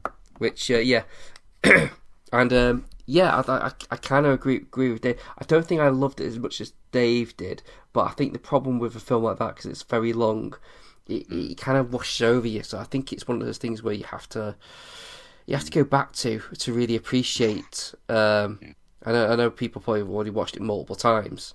Yeah, I haven't though. That's funny. Yeah. I've only seen it once. We've got an even longer film to cover later. Oh yes. But yeah, a film I've not seen because it is that long. I'll talk about it when we get there. So yeah, Oppenheimer's really, really, really good. And I can't even say you won't feel its length. You will feel its length, but it won't bother you. It's I can't say it whipped by. It felt long, but at no point was I fed up with it. If that had been a 6-hour film of that quality, I'd have got through it. It would have been fucking ridiculous, to be honest. But yeah, I would have got through it. My only thought was, is this Nolan's year? It could very well be. Well, in some respects, I almost hope so, because Martin Scorsese, although he hasn't won as many as he could have, he's won one, at least. I mean, he got one for The Departed. I don't know if he's had one since, but he certainly hadn't had one to that point. But I don't want it to be like Al Pacino in Scent of a Woman. I don't want him to win for like something else. I mean, he did, to me, his filmography, I wasn't so keen on his Insomnia remake. But I loved everything. That was great. That was a great film. I liked it, but I didn't think it didn't blow me away. But then, like, up to and including Extraction, everything he did, he had small flaws as a filmmaker, but mainly dialogue and stuff like that. But I really liked him, and I really thought everything he did was so wonderful. And then The Dark Knight Rises was the weakest Batman film. And then he did Interstellar, which I didn't like as much as the last 2 or 3 he'd done. And then you weren't that fussed with it. Dunkirk I hated. I just think, like, they made this massive event look like 200 people and some pigeons. We didn't know any of the characters' names. We didn't care. It was a filmmaker trying to show us how fucking clever he was. So he brings this out, and I'm like, I don't know what this is going to be like, because he is indulged to do whatever he wants. So he left the studio, didn't he? He moved studios because of this whole business. he left Warner Brothers. I was blanking on it to go to Universal, I think, because of the whole release windows and all the rest of it. And the problem is, because he's a prestige filmmaker, and he's earned the right to be. You know, it's a bit like Tarantino. I love Quentin Tarantino. I still love Quentin Tarantino's films, but there's always things that you think you could cut that, you know. Who's going to tell Christopher Nolan he's wrong now on anything? But the fact is, this film was pretty perfect. I've got no complaints with it, and I would recommend it to anybody with an attention span or any history interest. I certainly think it's going to be Robert Downey Jr. Best supporting. Robert Downey Jr. was absolutely fantastic. I don't know who else is nominated, but it's his best performance in a long time. Because, you know, I never had any problem with him playing Tony Stark. I enjoyed it, but it's a bit of an autopilot part. You can just the film kind of belongs to him, especially when you learn how his story is told. Like the black and white bits aren't flashbacks; they're told from his point of view, which I think is a genius move. Well, yeah, it's fantastic. The main body of the film is sort of a linear romp through. Then you've got a hearing for Oppenheimer, which takes place behind closed doors a little while after, and then chronologically, the last thing is it was all from like his point of view and how and how skewed it is. And then when you go back and kind of see all of it, it's a bit like. You know, when you watch The Godfather Part 2 and Michael's in a Senate hearing, and it really feels like an official Senate hearing. It's got that real feel to it. It's a wonderful piece of filmmaking. It looks fantastic. It's not for action. You don't necessarily need IMAX, but at the same time, his films are always beautiful. And there's more attention to detail in this film. Now, I do believe I wrote it in the review, and then I read somewhere there was a mistake in other sequences. But for example, there are sequences where he's got like the correct flag up and stuff like that, because the flag of the United States has changed over time as the number of states have changed. Yeah. I think he got it wrong in one place, but there were several places he had it right. And I remember that's why you see it on the big screen that you can. Yeah. No, it was fantastic. For me, I think again it's going to be a bit of a Marmite movie because like I went to go see it with two separate groups of girlfriends, and it wasn't the film they were expecting. Like it's very much a Greta Gerwig film because I thought it was just going to be kind of like Barbie and Kenny having an adventure sort of thing. So I saw a lot of obviously people just seem to really love it, but I think it kind of got like a lot of like mixed reviews. It wasn't the film people were expecting, but I think it was very smart, very funny, great casting. There's this suited her to go a bit more commercial though, didn't it? Because I think she did. Was it Lady Bird? And I was quite bored by that. So I thought it was great. It's one of those. It's really difficult because it hits you kind of right in the feels. I mean, it is again. I would also kind of agree with the critics who say it is very much on the nose. I mean, America Ferrera has this epic tirade about what it is to be a woman these days, which sums it up completely perfectly. But Will Ferrell again, he's slightly miscast, I would say. Just as he was in the Lego film. Yeah, definitely. Very similar. He was a bit hammier in the Lego movie, I think. And plus, that was quite twisty as well because you didn't automatically get it that he was the villain. Because you sort of really found out about what was going on. You know, you kind of told it sort of in chunks. So that was really cool. But yeah, I was expecting him to be a bit more hammy, but he wasn't. But it was good fun. But like for me, this is totally contradictory to what the film was about. But I would say it belongs to Ryan Gosling. Oh yeah. It's fantastic. She's absolutely amazing as Barbie, as all the cast. With the new Doctor Who, Ncuti Gatwa as Ken, one of the various iterations of Ken. But yeah, for me, the film does belong to Ryan Gosling, unfortunately, and he will be singing that song at the Oscars, and hopefully he'll get an Oscar for it as well. But yeah, I just kind of thought you can't really, you got to mention one without the other. Is he down for best support or lead? Yes, I would hope so. I think it's support. So he would beat Downey Jr. then. Yeah, I think I'd give it to Downey over him, but he is the best thing in this film. Yeah. Yeah, definitely for sure. Yeah, the film belongs to him. Even though Margot Robbie is fantastic. But I think out of the two of them, RDJ he deserves to win all the way, 100%. And Rob Brydon is in it. Yes, he is. Yeah. Who'd have thunk it? Yeah, it's got such an amazing cast as well, and like people that you wouldn't expect.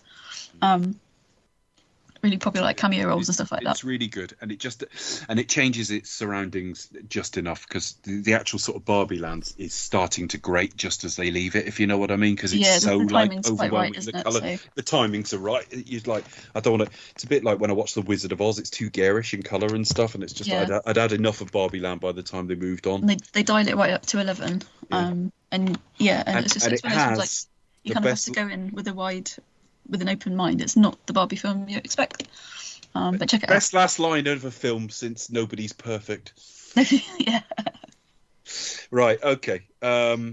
Extraction 2 is just like Extraction. It's more action, more kind of Netflix algorithm, completely forgettable.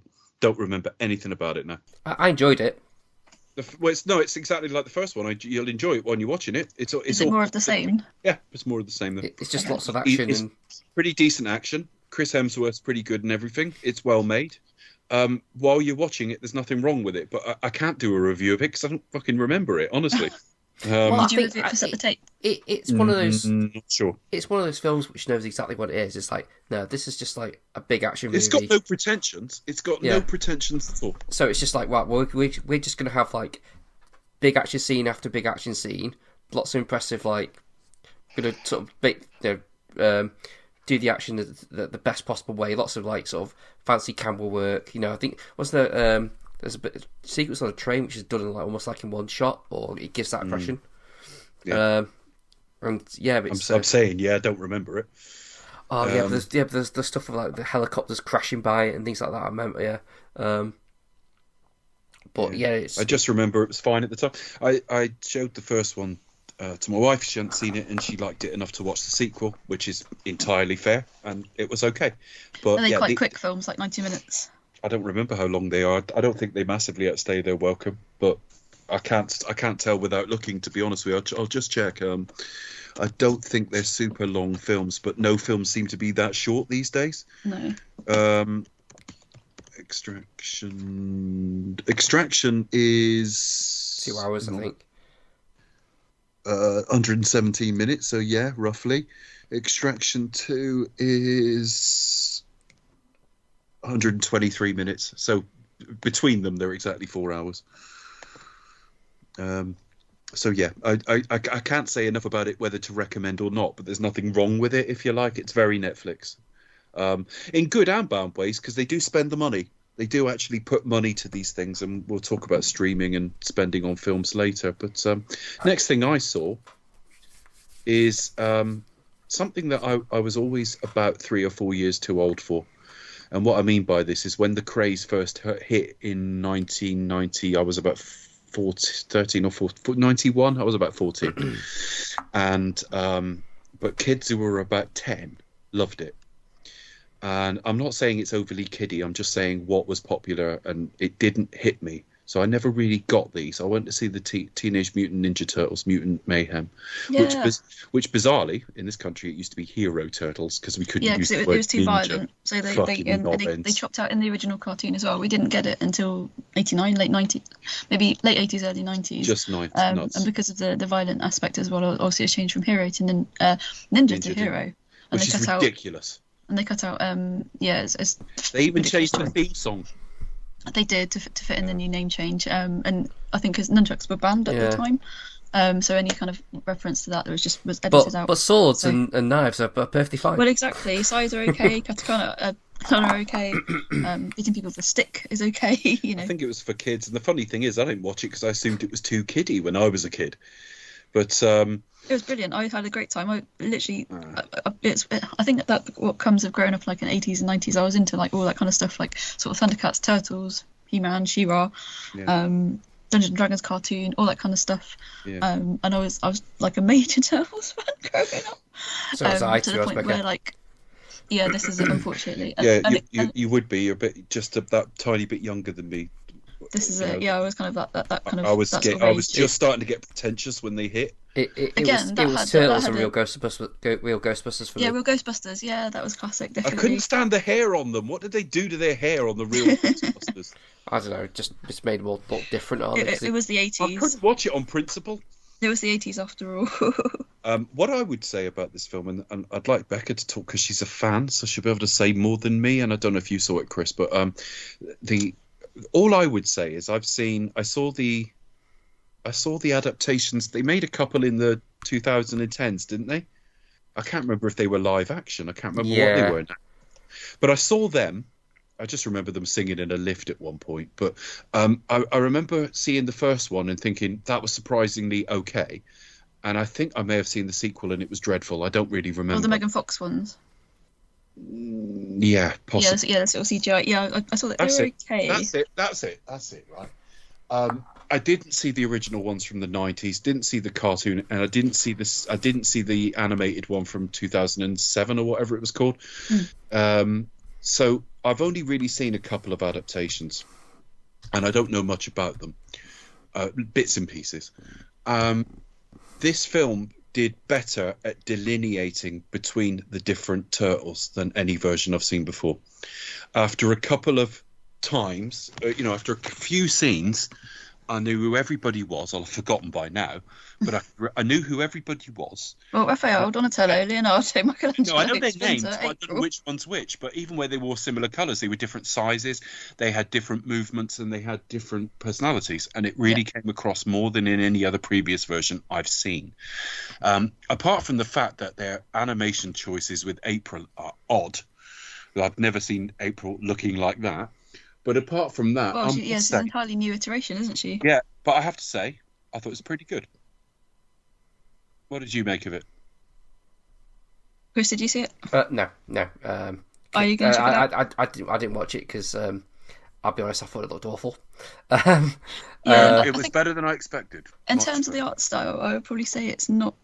It's probably similar to the Spider-Man movie that we got last year. I mean, it probably doesn't look as polished, but it does meant to have that kind of Lord Eastman-led, hand-drawn aspect to it. It's kind of obviously very heavily stylized to look like that. But I think it's quite catching as the art style. Interesting that you make a point about the characters, Dave. I think for me, I would probably say this is probably going to sound tone deaf, so I apologise. But I kind of feel like perhaps their characters didn't come out as much. Like, or maybe we got kind of glimpses of them. So, like, obviously Leo's the kind of reluctant leader. Donnie's kind of like the nerd, kind of the tech thing. Raph's kind of he's really kind of quite sarky. And Mikey's just having a good time. But physically, they were delineated very well, weren't they? Yeah. Oh no, definitely. Because I think I've seen most of the cartoons that they've had like throughout the years. There was a period, I want to say 2010, 2011, 2012, where there was like an amazing new Turtles cartoon, and also Thundercats had a massive revival, which were both hugely popular. And so it was kind of like all the, that was another big show that I was into, and just kind of really quite sharply drawn kind of animation, quite really striking art style. So I would say, like, with this one, I would say like the characters, and plus it included a lot more characters from perhaps like the original comics, and certainly the TV show. So we got like Baxter Stockman, Leatherhead, the big crocodile, and a few other iterations as well, a few other different characters as well. I must say I've not heard of any of the voice art playing the four main characters, definitely, but we had Jackie Chan as Splinter. That was amazing. Obviously Maya Rudolph I've heard of, but and John Cena as well, who also appeared. But in terms of like the four sort of main characters, they're all newcomers to me, but they all did admirable jobs, definitely. I had an absolute blast with this one, but I would kind of say I'm looking forward to the next film, because hopefully the characters will come out a little bit better, because I kind of feel like we only just got like a bit of a glimpse, but that was just me. I probably could have read that wrong. But yeah, I had the best time. Do you think there'll be more? I would hope so. I sincerely hope so. It seems to do quite well at the box office, I think, and it had quite a good fan reaction for both young kids and their parents who had grown up during that era. So it's just one of those things to kind of get into it, really. So budget 70 million and it took 180. That's probably good enough. Yeah, definitely. It's got a good cast behind it as well. Okay, so positive about that. Just very quickly, because it's the third in the series, I did go and see the third Equalizer film. This is set in like a small Italian town, a Positano type place, although it's not Positano. Quite near Naples, because they're all like Napoli fans there, the families and that. You can see almost, even though I think this might well be the last entry, it feels very different, but you can see a formula being laid down in the second film. There's the sort of pre-title sequence on the train where he's sort of dressed as a Muslim, and it's to do with some child rapist or something. And in this film, the pre-title is like a vineyard in Sicily, and that's kind of how he ends up in Italy, in this small town, and they're all just being terrorized by local mob, and he just gets involved in that. I think on balance I like the second film best of the three of them, but it's an Equalizer film and it's pretty decent, and it really doesn't skimp on the violence either. It's not doing this Taken thing of we'll do a softer cut in cinemas so you don't see anything that you can't make sense of what's happening. I enjoyed it. Didn't think it was as good as the previous one, but I did want to move to Italy afterwards. So it did look lovely there, didn't it? Yeah, it did. It did. I must admit, sadly, I've not seen the Equalizer movies. If we do end up doing them on this podcast, I'm sort of saving myself for them. Sure, if you want to do the show. them. I don't see any reason why not. I've It's enjoyed quite a all short three. series, isn't it? 3 films. But So. the second one was the one that I really sort of raved about of the 3 of them. Yeah. That was the one where I said to Chris on a summer review, I said something like, it's Paddington if Paddington was really fucking violent. Oh God. Because Paddington goes around just trying to help people, and that's all the Equalizer is really. And then the second film, he does some really sweet things for people as well. And there is something in the third film that calls back to, is it the first or second film, Chris? The first one, isn't it? I think it's... Or is it the second one? Probably Melissa both. Leo. Probably both, but it'd be the second one mostly. Right, okay. It calls back. There's a character thing, because he was in Man on Fire with Dakota Fanning years ago, and she's in this as an adult. And David, what's the guy called? He was Pam's first boyfriend in The Office. Roy. Oh, that guy. Him, David something. He was in, what was that film James Gunn produced a few years ago, Brightburn? He was the dad in that. So he's in it. But yeah, it's good. It's solid, and it really is a wonderful advert for the sort of south coast of Italy as well. Yeah. The violence mostly comes in at the end. It's quite a slow burn, a bit more of a character focused on him, which I think it kind of does work as a trilogy. If you just think about what that character is and like where he's at, because in this one it wasn't until the second one they started bulking him out a bit, with what happened with his wife and going back to his town and stuff. But this one he's kind of making a new home somewhere, like a new start, kind of. Yeah, and it is lovely, and all he wants people to do is just relax and be happy. So they're worth seeing, and stick him on the list, Becca. I'm quite happy to do Equalizer films. The first 2 are on Netflix at the moment in the UK. Check anyway. It out. I like they're both. It like everything. It is a matter of taste. They're all of a similar standard. It'd be which one do you like most? I just liked the second one best of the first 2. I need to see the third one again. Next up is, this was dead on arrival.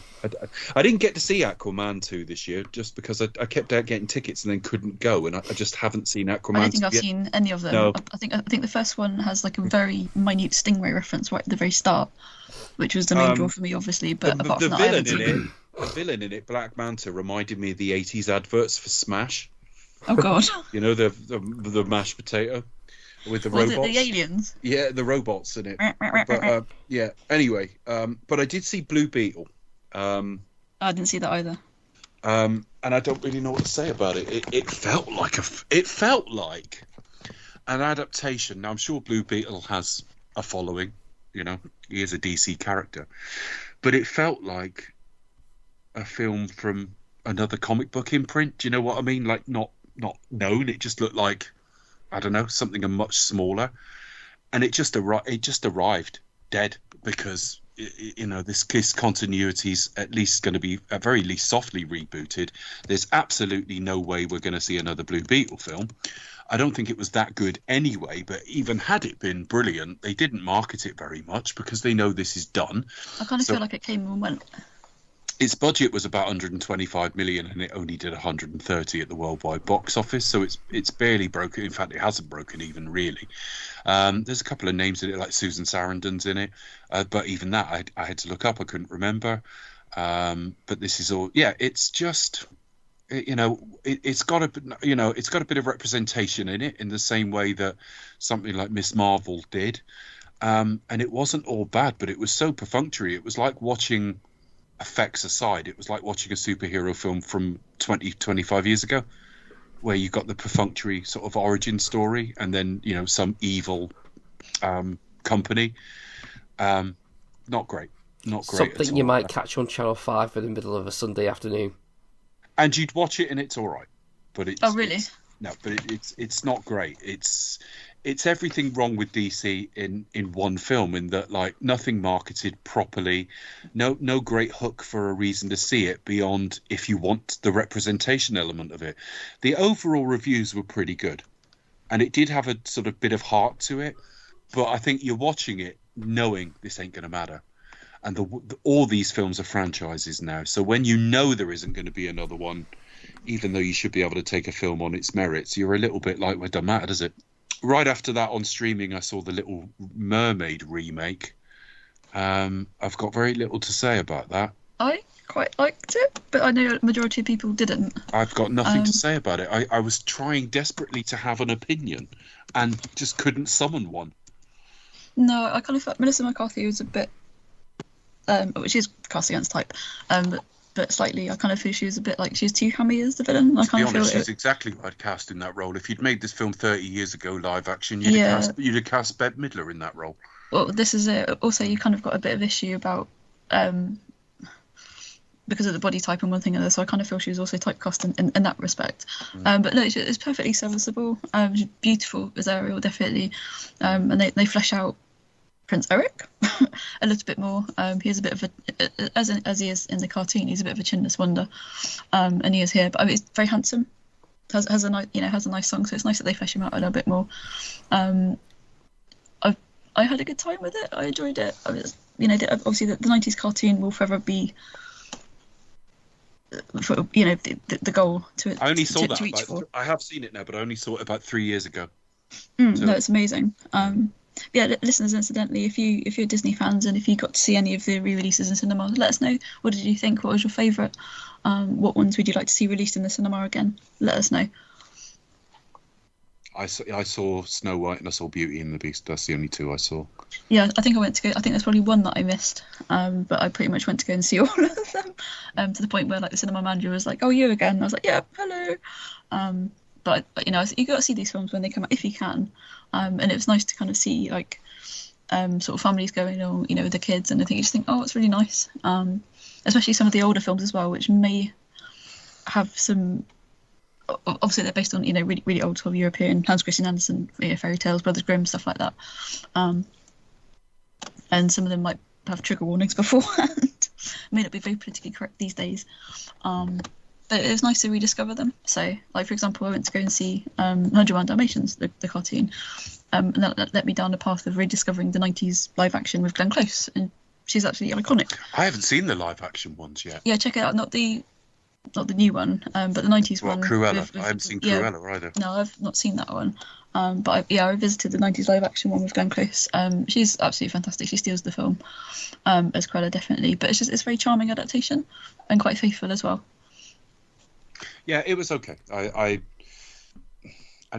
can't say I liked it, but I can't say I hated it either. I was just sat watching it, and it finished, and that was a film. That was a film. Yeah, because she's in the new adaptation of The Colour Purple as well, isn't she? Which I've not seen yet, unfortunately. I've not seen that yet either. I don't know why they've remade. Mind you, the 80s is 40 years ago, I guess, but I don't know why they've remade it unless they've made it. It's a musical now. Yeah, it's a musical. Maybe that's it. They did it with Mean Girls as well. Mean Girls is only 20 years old, and they've remade it, but it's a musical. Yeah. That was as I say, it's not a remake. It's an adaptation of the stage music. I loved it. Oh my god, it's amazing. I mean, obviously, Mean Girls? I haven't seen the original. I love the original. Right, and the sequel that. And the follow-up as well, but yeah, it's a remake of the stage adaptation, which in itself is an adaptation. So I was confused by watching the trailer for the Mean Girls because it didn't have any sort of singing numbers at all. No, it didn't have any songs in it. That's why And then when you go and see that, people were like, "Huh?" But the songs are really great, really catchy. Yeah, definitely. I won't review it. I'll just mention it. Because my wife likes Greek things, so she saw My Big Fat Greek Wedding and not realising it was set in the United States. So we watched those two, and then she saw the third one was out, so we went to see that, and it is actually set in Greece. And it moves the story on 20 years, and it's more of the same if you like it. It's a nicer surroundings. I've never found those films particularly funny, I must say that. But yeah, it's a nice looking film. Talking of Mediterranean settings, I suppose. A Haunting in Venice. Really good, yeah. The third Branagh Prowler film, which the film was probably... Well, no, I'm thinking of the last one, because that was in the camp for a while because of COVID. So it feels like a little bit this delayed came out coming quite out. quickly. Yeah, the strange thing about it is, like, you go and watch Murder on the Orient Express, and it's set in something like 1934, and then you go and see the next one, and it's set 2 or 3 years later. This is 10 years on, about 18 months after the last film was released. Now, I thought the last one was a little bit lazy. Firstly, they cut elements of plot out, too much out of it, really. And it, at the end of the film, he just sort of like solves the crime like he was dashing off a crossword or something. And also, he solves it too easily. Never once am I convinced they're actually on the Nile, and they weren't. They never left. Like, I think they shot it at Leavesden or something. Yeah, I'd probably say. The Nile. The original Peter Ustinov is amazing, but this new one, I'd probably say it's the weakest. Death on the Nile is the weakest of the Branagh Pro adaptations. This new one, Death in Venice, I'd probably rate it under Orient Express, just because it's a favourite of mine. But yeah, it's based on Halloween Party. I saw the Orient Express film with Albert Finney the other day and thought it was dreadful. I didn't like Albert Finney in the role as much as I liked the character, and I was thinking, I wish this had been Peter Ustinov, because he was really, really good. Yeah. And it doesn't matter whether you've seen Death on the Nile, the '78 film, or not. The current Death on the Nile, you feel like you're watching a proportion of a film. You inherently feel like something's missing, and when you go and look up the plot, you are missing bits, and it just looked a bit lazy. I mean, Murder on the Orient Express had its problems in that some of the CG around the avalanche didn't look great, but it still looked quite lavish. His moustache takes over the film. I would say, now, A Haunting in Venice is loosely based on Halloween Party, which is not based in Venice. And also some of the characters are changed. Like Michelle Yeoh's a child in the book, and it's a 61-year-old. But she's really good, though. She kicks ass. There's a lot of changes. Most of the character names are the same. If you want to go in if you're expecting a faithful adaptation of Halloween Party, it's not the film for you. What I will say, though, is that there's one thing in the film, because it almost plays like a horror film in places. It's very different from his other two adaptations, but that's the bit he's weakest at. When he's trying to do scares and unsettle you, he's not very good at that. And he's all Dutch angles. That's all he can do. Yeah. But what Branagh is very good at, as a sort of theatre person, is he's very good at the quiet moments and the intimate moments and the character bits. He's an actor's director because he's a quality actor himself. So I actually thought, take aside the horror bits which don't work, the bits that are the film is meant to scare you in places, and it really didn't me.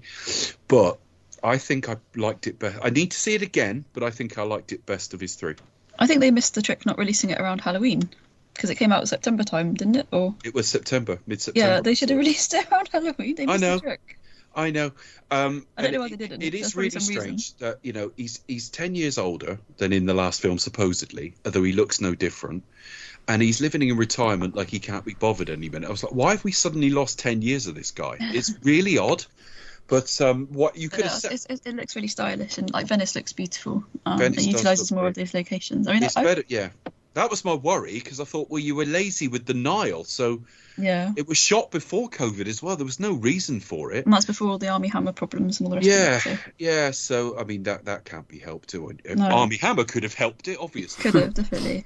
But no, I think I do. It's one of those where, like, I do love, obviously, the ITV Pro is like forever iconic, and that would be kind of like the template that you go to. But I think I've never watched it. Check them out, really good. Oh my god! And there's a podcaster. Yeah, not John, not the newsreader. But yeah, he's fabulous. I think he's probably like the next best thing. I mean, for me, just because I grew up in that era. The Ustinov films are beautiful, really lush, really lavish, amazing cast. I mean, Orient Express has like Sean Connery, Tony Perkins. You've got everybody in it. Richard Widmark. Oh my god, the cast is incredible. Around the same time as he did the first Great Train Robbery as well. Yes, yeah, definitely. It was around that kind of sort of mid to late 70s, I think. 78, I think. Yeah, I think they were both 78 actually. Yeah. And the score is fabulous as well. Like the way it kind of moves really evokes the sort of the way a train moves and train travel and stuff like that. I think the score's like really innovative in that regard. Sorry, Murder on the Orient Express, I think it's 73 or 74. Early 70s, that was it. Sorry, yeah. Death on the Nile is 78. Yep. I just wasn't fond of Albert Finney in the role. He got on my nerves quite quickly, and I loved Albert He does Finney do the as accent actor. quite a bit, doesn't he? Yeah, whereas Peter Ustinov, he's Peter great. Ustinov had a sort of second life as a raconteur, if you like, not just an actor, but he was like a very famous after-dinner speaker. And despite not really being a comedian or anything, the ITV audience with shows where they would get like an audience of famous people watching a comedian, they did one with him because he was such a storyteller. So he had a long career, didn't he? So he had loads of stories. Poirot fits him like a glove. Definitely. Yeah, he's iconic, definitely. But I think... But my favourite of the three, and definitely you liked it more than Death on the Nile. Yeah, I would sort of rank it under Orient Express personally. If you're going to rank the Branners. Matter of preference, definitely. When you think of Poirot and the type of stories you think they are, Murder on the Orient Express is closer to what would be in your head, whereas this is like a different type of Poirot story. It still ends up going the same way. It's still kind of a ghost story almost. But it's more of a ghost story, yeah. And just to shout out, there's a podcast called Labours of Hercules, and they recently had Suchet on. He discovered them on socials, and they managed to get him on for an interview. It's amazing. Really do check it out. I think they're going through all the Agatha Christie Poirot oeuvre.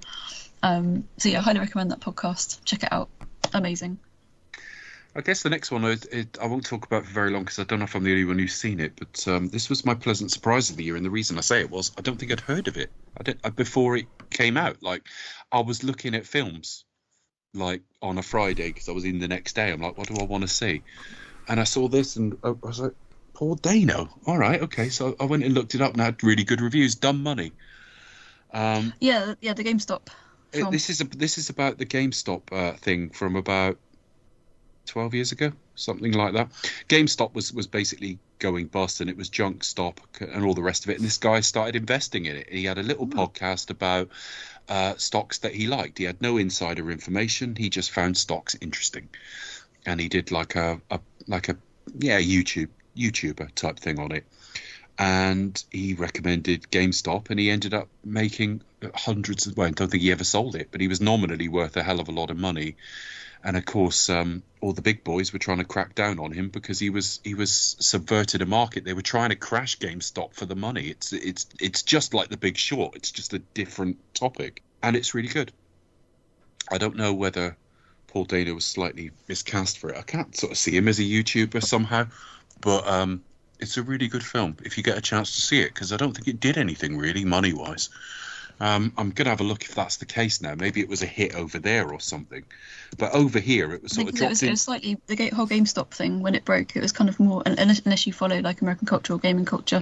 GameStop wasn't that long ago, was it? No, it's sort of fairly recent. I felt like it was the beginning of last year. Played better over here than it did over there. I thought it was longer ago than that, but it was actually in the last 4 or 5 years, I think. The GameStop, let me have a look. Oh, first off, Craig Gillespie's the director of it. He directed I, Tonya. Oh. Which, I don't know if any of you have seen. I, Tonya was about Tonya Harding. The ice skating. Yeah, she basically got someone to hit her rival in the knee, Nancy Kerrigan. And, it's quite a story. And she ended up in porn and all sorts Oscar nominated or something? And he also, directed Cruella, having just talked about... Oh, God. It was January 2021. I had no idea it was that close. So this was only about 2.5 years after the event. It's fairly recent. I honestly thought it was longer ago than that, because I remember the GameStop thing happening, but I thought it was longer ago. But then I might be getting conflated with the fact that our store Game went into administration, and that was longer ago. That was a long time ago, yeah. But it's very, very recommended. Shailene Woodley's in it as well. America Ferrara, Nick Offerman, Vincent D'Onofrio. It's one of those kind of underdog stories where you've got kind of like normal people going against big business. Yeah. Or trying to cheat the system, you know. Yeah, and in terms of the cast, you've got Sebastian Stan's in it as well as Vlad. Yeah, this was Robin Hood. Yeah, he's his character's fairly funny in it. It didn't do huge money, I don't think. It cost. Oh, Pete Davidson's in it as well as his brother. Oh. Yeah, it took Saturday Night Live fame. Yeah, it took 20 million off a 30 million budget, so it did fuck all. Not really, but it's very, very good. Although I do think Paul Dano is lightly miscast, even though I like him. Then we move on to The Creator, which is Well, that's on Disney Plus now. We were talking about the short windows. The Creator I saw in the cinema in October, and I think it was on screens before Christmas. Yeah. And this is Gareth Edwards, who's probably best known for the 2014 Godzilla, which bored the shit out of me, to be honest. But he also did Rogue One, although how much of the final cut is his, I don't know. Did either of you go and see Godzilla -1 when it came out? No. I meant check to, it out. but I didn't get a chance to. But I know it was very, very Really hyped. good, really good. I really Yeah. wanted to, but it just I never. didn't Yeah, get check it out. I didn't get to it. This is Chris Veight's screenplay with Gareth Edwards. He worked with his brother on American Pie and About a Boy and stuff like that. I don't really know what I expected. This is just to do with artificial intelligence caused like a nuclear detonation and basically wars.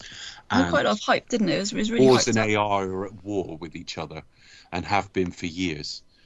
And that's really all I want to say, because I don't want to ruin anything. But what I will say is John David Washington he doesn't look much like his dad. When you close your eyes, he sounds a bit like Denzel, but he doesn't. Yeah, he does sound a bit, but he doesn't. He looks a little bit like him. So. Emma-chan, Ken Watanabe, Alison Janney, who was still probably best known for The West Wing. She's fantastic in it. I like John David Washington. I mean, it's a long way. It's a big call to say he's as good as his dad, because his dad's fantastic. But John David Washington's becoming a fine leading man in his own right. Yeah, he's a talent to watch out for sure. Well, I mean, he's getting up towards 40 now, but he's only been a big name since, well, I suppose Black Klansman was the first thing I saw him in. Definitely. But I thought this was good. I don't know that I thought it was amazing, but I liked it. I think reviews around the time because it did have quite a lot of hype for this film. I mean, it's one of those films that looks really visually stunning, but I think reviews at the time it had just been like it was quite derivative of like other sci-fi properties, and you can tell because he's a big fan of that genre for sure. But yeah, if you're looking for something to watch on Disney Plus, highly recommend it. Also, whilst we're on the topic, we just talked about the GameStop movie, talking about films that kind of maybe went under the radar. Could I just give a quick reference to Polite Society? It came out towards carry on. The start of last year. Just a very brief mention. Again, I'm probably not the target demo because it was mainly kind of like South Asian kind of lead actors and everything, but it's such an amazing film, and it's a British film as well. And I highly recommend it. What's it called, sorry? Polite Society. But it's just basically about a sister who's trying to stop a young lady who's trying to stop her sister's arranged marriage, but she's really into like martial arts and kung fu and everything as well. British martial arts action comedy. That's not a phrase you see every day, is it? No, it's not. And because it's largely kind of like Southeast Asian cast as well, and it's hugely funny, action packed. I can't remember the name of the what's her name? She's worked on Bond films. She's worked on Death Proof. Working title film. Yes, definitely. Tim Bevan, Eric Fellner, yeah. Yeah, so it's got a fantastic cast, really well written, quite funny, doesn't drag on too much as well. Action, kind of really well done action set pieces, and it just kind of, again, I had to sort of travel to go and see it. But yeah, highly recommend it. Just a film that kind of like not many people kind of caught really. But yeah, if you can pick it up, it's got pretty stellar reviews. I don't know where that would be now on streaming. I can look it up though. Polite Society, just watch. I'll look that up. Next film I want to talk about is I think only I saw this. I'm not sure. When I say I don't mean in the world, I mean of us three. The Great Escaper. And I really want to talk about it mainly because it does look like it's going to be his final film now. Michael Caine. He has said. Yeah, he retired and then he came out of retirement to make the film. And he said he was in talks to do something else, and then he said, "Look, this is the right one to go out on." Yeah, it's on Sky Movies, by the way. Polite Society. Didn't Pierce Brosnan make a version? Like the he Irish has made a version, and I suspect The Last Rifleman. I suspect it'll be the same rubbish story. just because he's the wrong age for it. Pierce, he's too young. Yeah. Well, anyway, he wasn't too young, and it was. So it was Michael Caine in probably his last role.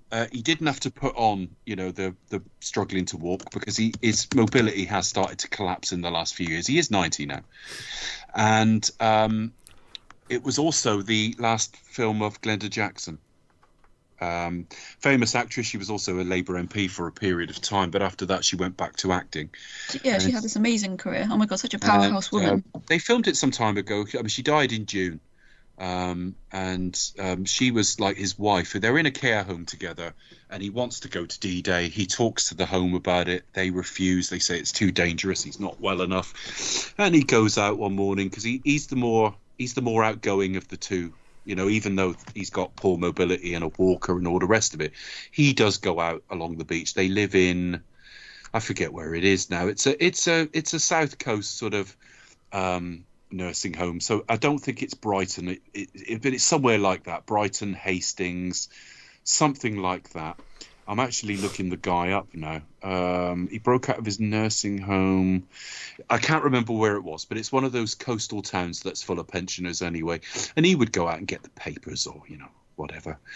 And one day he's out and he just decides to keep going. And he makes his way all the way to France. I say all the way. It's not technically that far because it's northern France and he's in the southeast of England. But he's still got to do it. And he meets another guy over there who's sort of hiding a drink problem. And it's just about, I'm not talking about it as an amazing piece of work, but it's something I enjoyed. It was only 96 minutes. It doesn't outstay its welcome. Beautiful performances from people who can just knock out these things in their sleep. The director's best known for his work on various Shakespeare productions. And it's just, it's definitely the last performance of a great British actress in Glenda Jackson because she's passed away, and it's very likely Michael Caine's last as well. So I thought I ought to raise it. It's one of those things that I saw because I was there, but it's fine to watch at home. But if it arrives on a Netflix or something like that, give it a look. It's good. It's good. Yeah, I'll be sure to check it out. I wasn't too sure. It's hard to watch him like that. He's still got the twinkle in his eye, and he's still got all of his talent. But you can see the man physically starting to struggle now, and that's sad to see. Conversely, at the moment, obviously this is not last year, but at the moment, at the BFI, they've got a John Barry season on at the BFI. I think February and March. So it's a very short season, but obviously they're showing Hitchcock File, iconic 60s spy movie. Very very early role for Michael Caine as well. One of the films that made him a big star. Yeah. Yeah, definitely. Yeah, go and check it out. He's looks very handsome in it. I once said about the Ipcress File to someone, and he said, "What's that?" And I said, "Well, it's kind of like a more down market James Bond." And he went, "What? So like James Bond, but he's wearing a donkey jacket?" I was like, no, not quite. He's wearing a suit that you might buy in Burton's rather than Zembla and Assa or something like that. Absolutely. Killers so you got first and last there, definitely. Yeah, Killers of the Flower Moon was the next thing I saw. Now, your schedule. No, I didn't have the car, so it took me half an hour to walk to the train station, 25 minutes on the train, another 15 minutes to walk to the cinema from the train station or whatever that was, a bit less than that. So you're now like, I don't know, an hour and 10 in or something.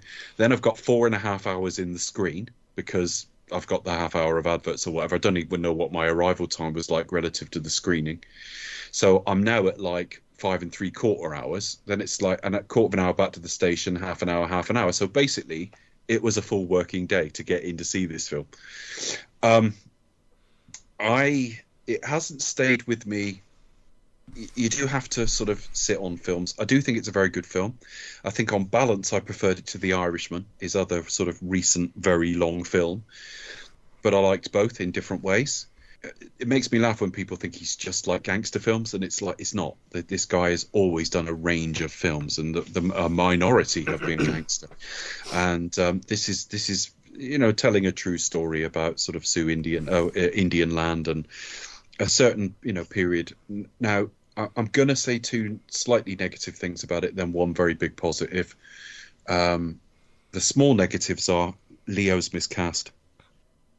He's doing this weird sort of sling blade fucking act. He gives a weird accent, doesn't he? He's got he's not right for it. I think he wanted it involved, and I think they were going to have him play a different role, and he wanted that one, and he's wrong for it. Now, he's not criminally wrong for it. He's good in everything, but he's still, even at 48, a bit too good looking for that role. He's not 48, is he? And he's playing his girlfriend's 21, so. Yeah, so they average out at about 36 or something like that. But yeah, so I think he's miscast. The second very minor negative is that as much as I enjoyed it, and as much as I think it deserves all the nominations it's going to get, when I think about the two sort of epic long films I've seen this year, I saw it something like 4 or 5 months, or 3 or 4 months after Oppenheimer, and Oppenheimer sticks with me more. It made more of an impression on me.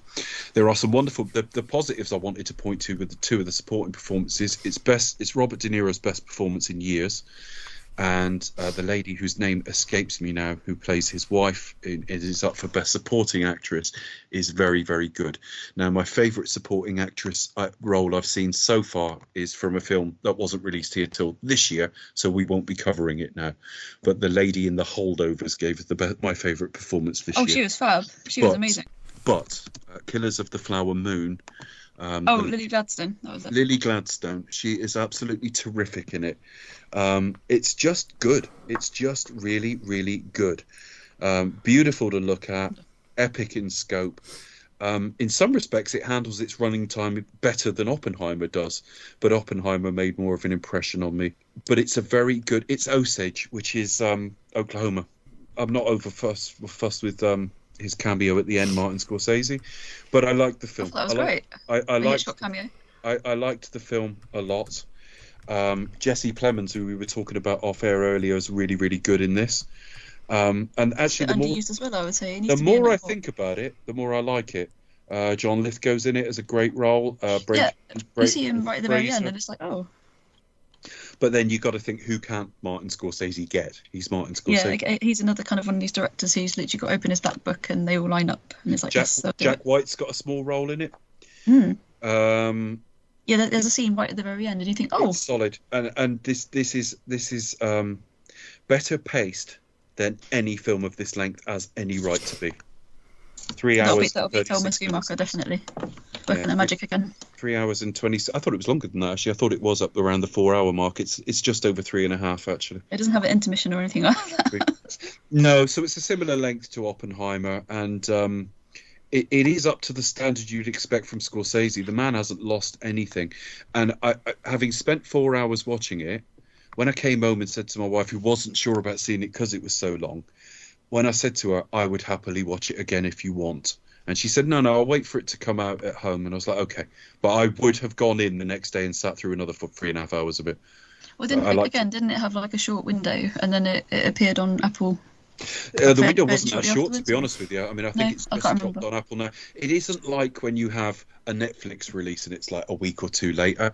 This was quite a time afterwards. Yeah. Because I don't subscribe to Apple, unfortunately. Sorry. But it's nor do I. Although I do subscribe to Paramount Plus, but on the TVs it doesn't have a standalone app, so I subscribe to it through the Apple app. So I've got Paramount Plus through Apple. Anyway, next up is the Marvels, and I'm not going to say much about this other than it was fucking garbage.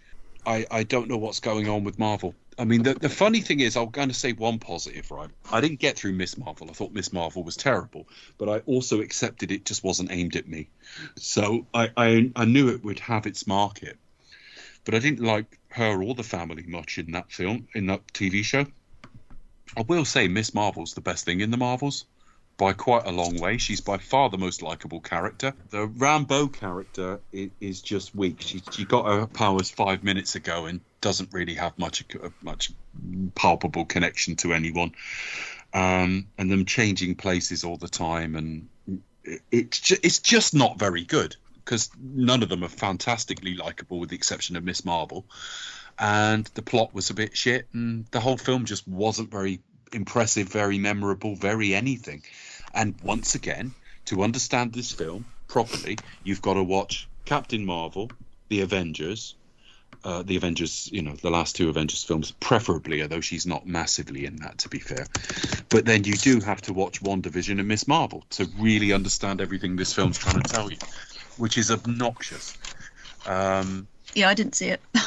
Nia DaCosta is, again, not right for the film. If you go and look at, again, it's this diversity agenda, which is perfectly laudable until you pick people from, like, an art house background who aren't right for it. The woman who did The Eternals, if you go and watch the films she'd done, like Nomadland, she's completely wrong for this. This largely bored me. I didn't think much to it at all. Stuff about quantum bands and all that sort of thing, I didn't like it. Did either of you see it? Nope. You didn't miss much. And we go into the post-credits sting. Miss Marvel didn't miss much. Oh, it's the Ant-Man movie. Yeah, when the post-credit sequence is based from the X-Men, but a CG version voiced by Kelsey Grammer. Now, I love Kelsey Grammer and I love his voice, but the CG thing of Beast doesn't look right at all. The nose is too small. And then you've got a different version of Maria Rambeau, from No Time to Die, her, as a different sort of X-Man person. And it doesn't work. It's pointless anyway. And they're already going to be pulling away from the multiverse because it just hasn't set audiences alight at all. So that's going to be another dead end. And Kamala goes out trying to form like a group of young heroes. She goes and finds Kate Bishop from Hawkeye, with no particular reason to do this, but there you go. So that's setting up some kind of young Avengers type film. It was watchable, but I didn't care about any of the characters, didn't care about the plot, and just thought, I mean, it was weaker than Captain Marvel. So there you go. Then I went to see The Hunger Games. This was my wife's choice. I wasn't that bothered, although I did see all the originals. I did see the original run of films. I went to see this one. This is a prequel, and it's about it's broadly about the character that's played in the original films by Donald Sutherland as a young man. From an overall perspective, in terms of the Hunger Games series, it's far too long after the first run of films to be doing prequels, because you're going to struggle to remember who anybody was. As a standalone story, it wasn't bad though, and it had quite an interesting plot. And it had a nice, that wasn't what I was going to say, not plot, visual style, in that it does look decades before the original Hunger Games film. So a bit like The Exchange in John Wick. It's retro future. Yeah, I thought it was all right. As Hunger Games go, it was all right. I quite enjoyed that. I'm going to assume you haven't seen that. I saw it. Did you? What did you think? Yeah, I thought it was okay. It was one of those cases where I wonder what the book was like, because there was something about. I have a friend who reads the books and loves them. Because it is basically like it's the prequel. It's basically that story of Snow, the main bad guy in the first films. It's how they made the Hunger Games so popular as well. Yeah, and I wasn't sure about his transition from a complete bastard. Was he always a complete bastard? Was he always like conniving? It was a bit like Anakin turning to the Force, wasn't it? To the Sith. He was like no, and then he's like, all right then. I was just kind of interested. Like, I wonder if like I'm not going to read the book. My wife was going to read the book, so she'll tell me. But whether like it's how it plays in the book, because obviously books will explain things better, in terms of like how people think and whatnot. But apart from that, I thought it was generally okay. I thought, yeah. Yeah, I mean, I came home and she was the person I was talking to who reads the books. I said a couple of things about him, and she was talking about things in the book that impressed her, and I was like, yeah, that was there. They did capture they clearly. I can't say for certain because I didn't read it, but it's like it definitely caught some of what attracted her. But yeah, so the next one I looked at was just over the Christmas period, was the new David Fincher film. Now, David Fincher has sort of had a bit of a Netflix association for a little while, in that he developed, I think he might have been involved in developing House of Cards to start with. The American version of House of Cards, which, for those who don't know, was originally a 1990 British television show. So they adapted it into an American version, and they have different strengths and weaknesses, but certainly the first two seasons of House of Cards was very, very good. I wonder whatever happened to Kevin Spacey. Anyway, so he also did Mindhunter for Netflix, which was fantastic, but it was relatively, because it was a period piece, it was set in the 70s, around Son of Sam and things like that. It was relatively expensive to make because of the period details, costumes, salaries, everything else. So it only got 2 seasons, and then they just said basically it's too expensive for the number of people that are watching it. But Mindhunter, if you're happy to watch something that got cancelled, particularly the second season is outstanding.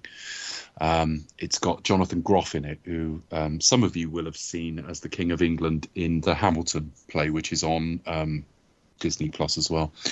So he's got an association, and his latest film has gone straight there, and it's called The Killer, and it's Michael Fassbender as an assassin, and a lot of sort of his internal voice of what he does and how he does it.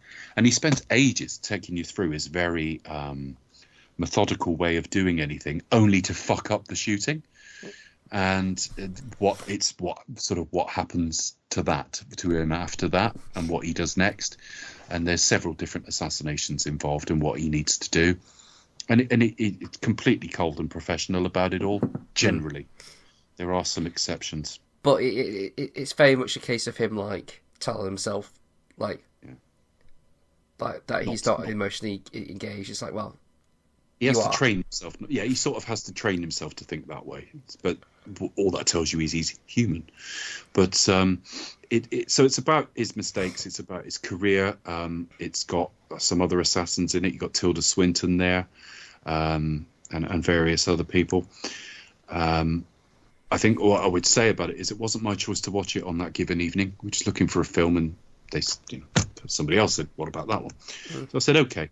And when it was just him quietly talking to himself, I wasn't feeling it, and I wasn't sure I was in the mood, because it wasn't my choice. I don't mind watching somebody else's choice, by the way, but when it does start and you're like, I'm not feeling this. And I thought, I'll end up listening to something while they watch this. And it got me. It did get me, and I enjoyed it. And that's all I can really say. I don't think it stands comparison with Fincher's very best works, but it does feel like a Fincher film in that the very methodical nature of the protagonist is very like Fincher, and the way he works and the way we hear he works. I enjoyed it. As I say, I think there are better David Fincher products out there. I wouldn't put it on the same level as a Zodiac. What's the other one of his I really, really love? I loved Gone Girl.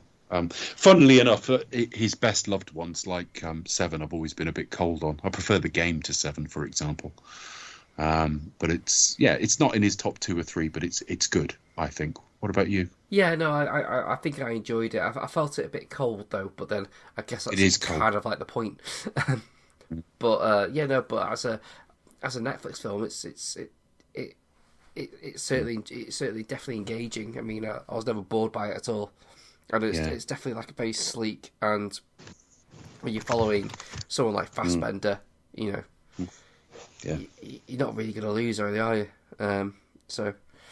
No. Oh well, Fassbender being a hitman, so it's. Yeah, absolutely. I've only got about 3 or 4 left to talk about. The next one was it blew me away on first viewing. Unfortunately, I've seen it since and didn't like it quite as much, although I still like it a lot. Wonka. This is a prequel to. It is noticeably, and in fact, if you go and watch a trailer or the film either, because I haven't actually seen the film, I've got a download of it now. Amazingly, it's one of my blind spots. I have not seen the 1971 Willy Wonka and the Chocolate Factory. Now, when the Gene Wilder film, and I've not seen the Tim Burton version either, because he seemed to be playing a weird sort of Michael Jackson type in that. It was weird. I didn't like the look of it. But I did read the books. Books, sorry, because you got Charlie in the Great Glass Elevator as well. Roald Dahl, we've talked about him on this show because he wrote the script for You Only Live Twice, but he's best known as he's best known as an anti-Semite, but he's best known as a children's author in this country, and he wrote a lot of books for kids that were very popular in my parents' generation and my generation, really. I don't know about kids now, but Roald Dahl's a thing. He's been adapted into The Witches, James and the Giant Peach, what else has been adapted? Danny, Champion of the World. That was a very low budget film with Jeremy Irons and his own son about 30 years ago, and various others. But yeah, probably his best known book. If you went up to somebody in the street of about my age in this country and said Roald Dahl, they say Charlie and the Chocolate Factory. But I've not seen the film, but I have seen a trailer for the film, which I've now got a download of. And the factory in that film is perfectly recreated at the end of this film. Sorry to spoil the end of the film, but he does end up with the factory at the end. And with what he's wearing, this is meant to be a prequel to that version. and I loved it. It's Timothy Chalamet, who doesn't have a particularly good singing voice. That's the only thing I will say, because it is a musical, but it's not overwhelmingly a musical. There'll be songs. I didn't know there was songs until I got in there, because I don't think they were really in the trailer. But he starts with a song, and I'm thinking his voice ain't very good, but it's quite a good song, and there's a bit of a good line in humour. And then he gets to then he meets a fairly comedic character who takes him to a place run by Olivia Colman, who's playing like a comedic character. And all of a sudden, like, it's looking up. It's looking really good. It's got a beautiful design to it. You're not really sure where they're meant to be. Everyone's speaking English, but all of the signs are sort of in French. And it's kind of a coastal town. You're not really sure what it is. And it's it's sort of a period piece. It's difficult to describe. But it was such a lot of fun. And it was co-written by, I need to look the guy, Simon Farnaby co-wrote it. Simon Farnaby, Chris and I have talked, and Becca, on a podcast years ago about a film called Bill. Do you remember Bill? We watched it at the same time as Solace. Remember Solace as well? We did it on Tony Black podcast, which doesn't run anymore. But he wasn't presenting it. It was Emma, wasn't it? Mm-hmm. And what's she called? Emma Platt. She was presenting it. And Bill was about, like The Horrible Histories, it was like a comedic look at sort of William Shakespeare. And Simon Farnaby was a writer on that. He also appeared in This Time with Alan Partridge. And again, like we said, Horrible Histories. He's a comedy actor and a comedy writer. And he often plays quite sort of preposterous characters. Well, he's got a small role in this as like a security guard. And he's got 2 or 3 scenes and they're all really funny. But he's a writer on it, so that gives you an idea. And the director is Paul King, who did the first 2 Paddington films. He won't be doing the 3rd one. And so that gives you an idea of the sort of tone. And I loved it. It's got some really comedic characters in it. It's got the guy who played Bill, William Shakespeare. I forgot his name now. Becca knows it, but she's had to step away for a moment. It's got Matt Lucas in it. It's got Patterson Joseph. As I've said, Olivia Colman. The guy from Downton Abbey that's married to the one who played the Queen. I can't remember his name now. I need to look it up. I think he might be called Jim something. I'll look him up now. What's he called? Jim Carter. Yeah, Jim Carter's in it. Keegan-Michael Key.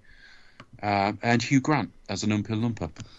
And as with his appearance in Paddington 2, he just absolutely steals the show in like a handful of scenes. Sally Hawkins has a role, mainly in flashback. So you can see some of the people he's worked with on previous things, and it's just really, really good.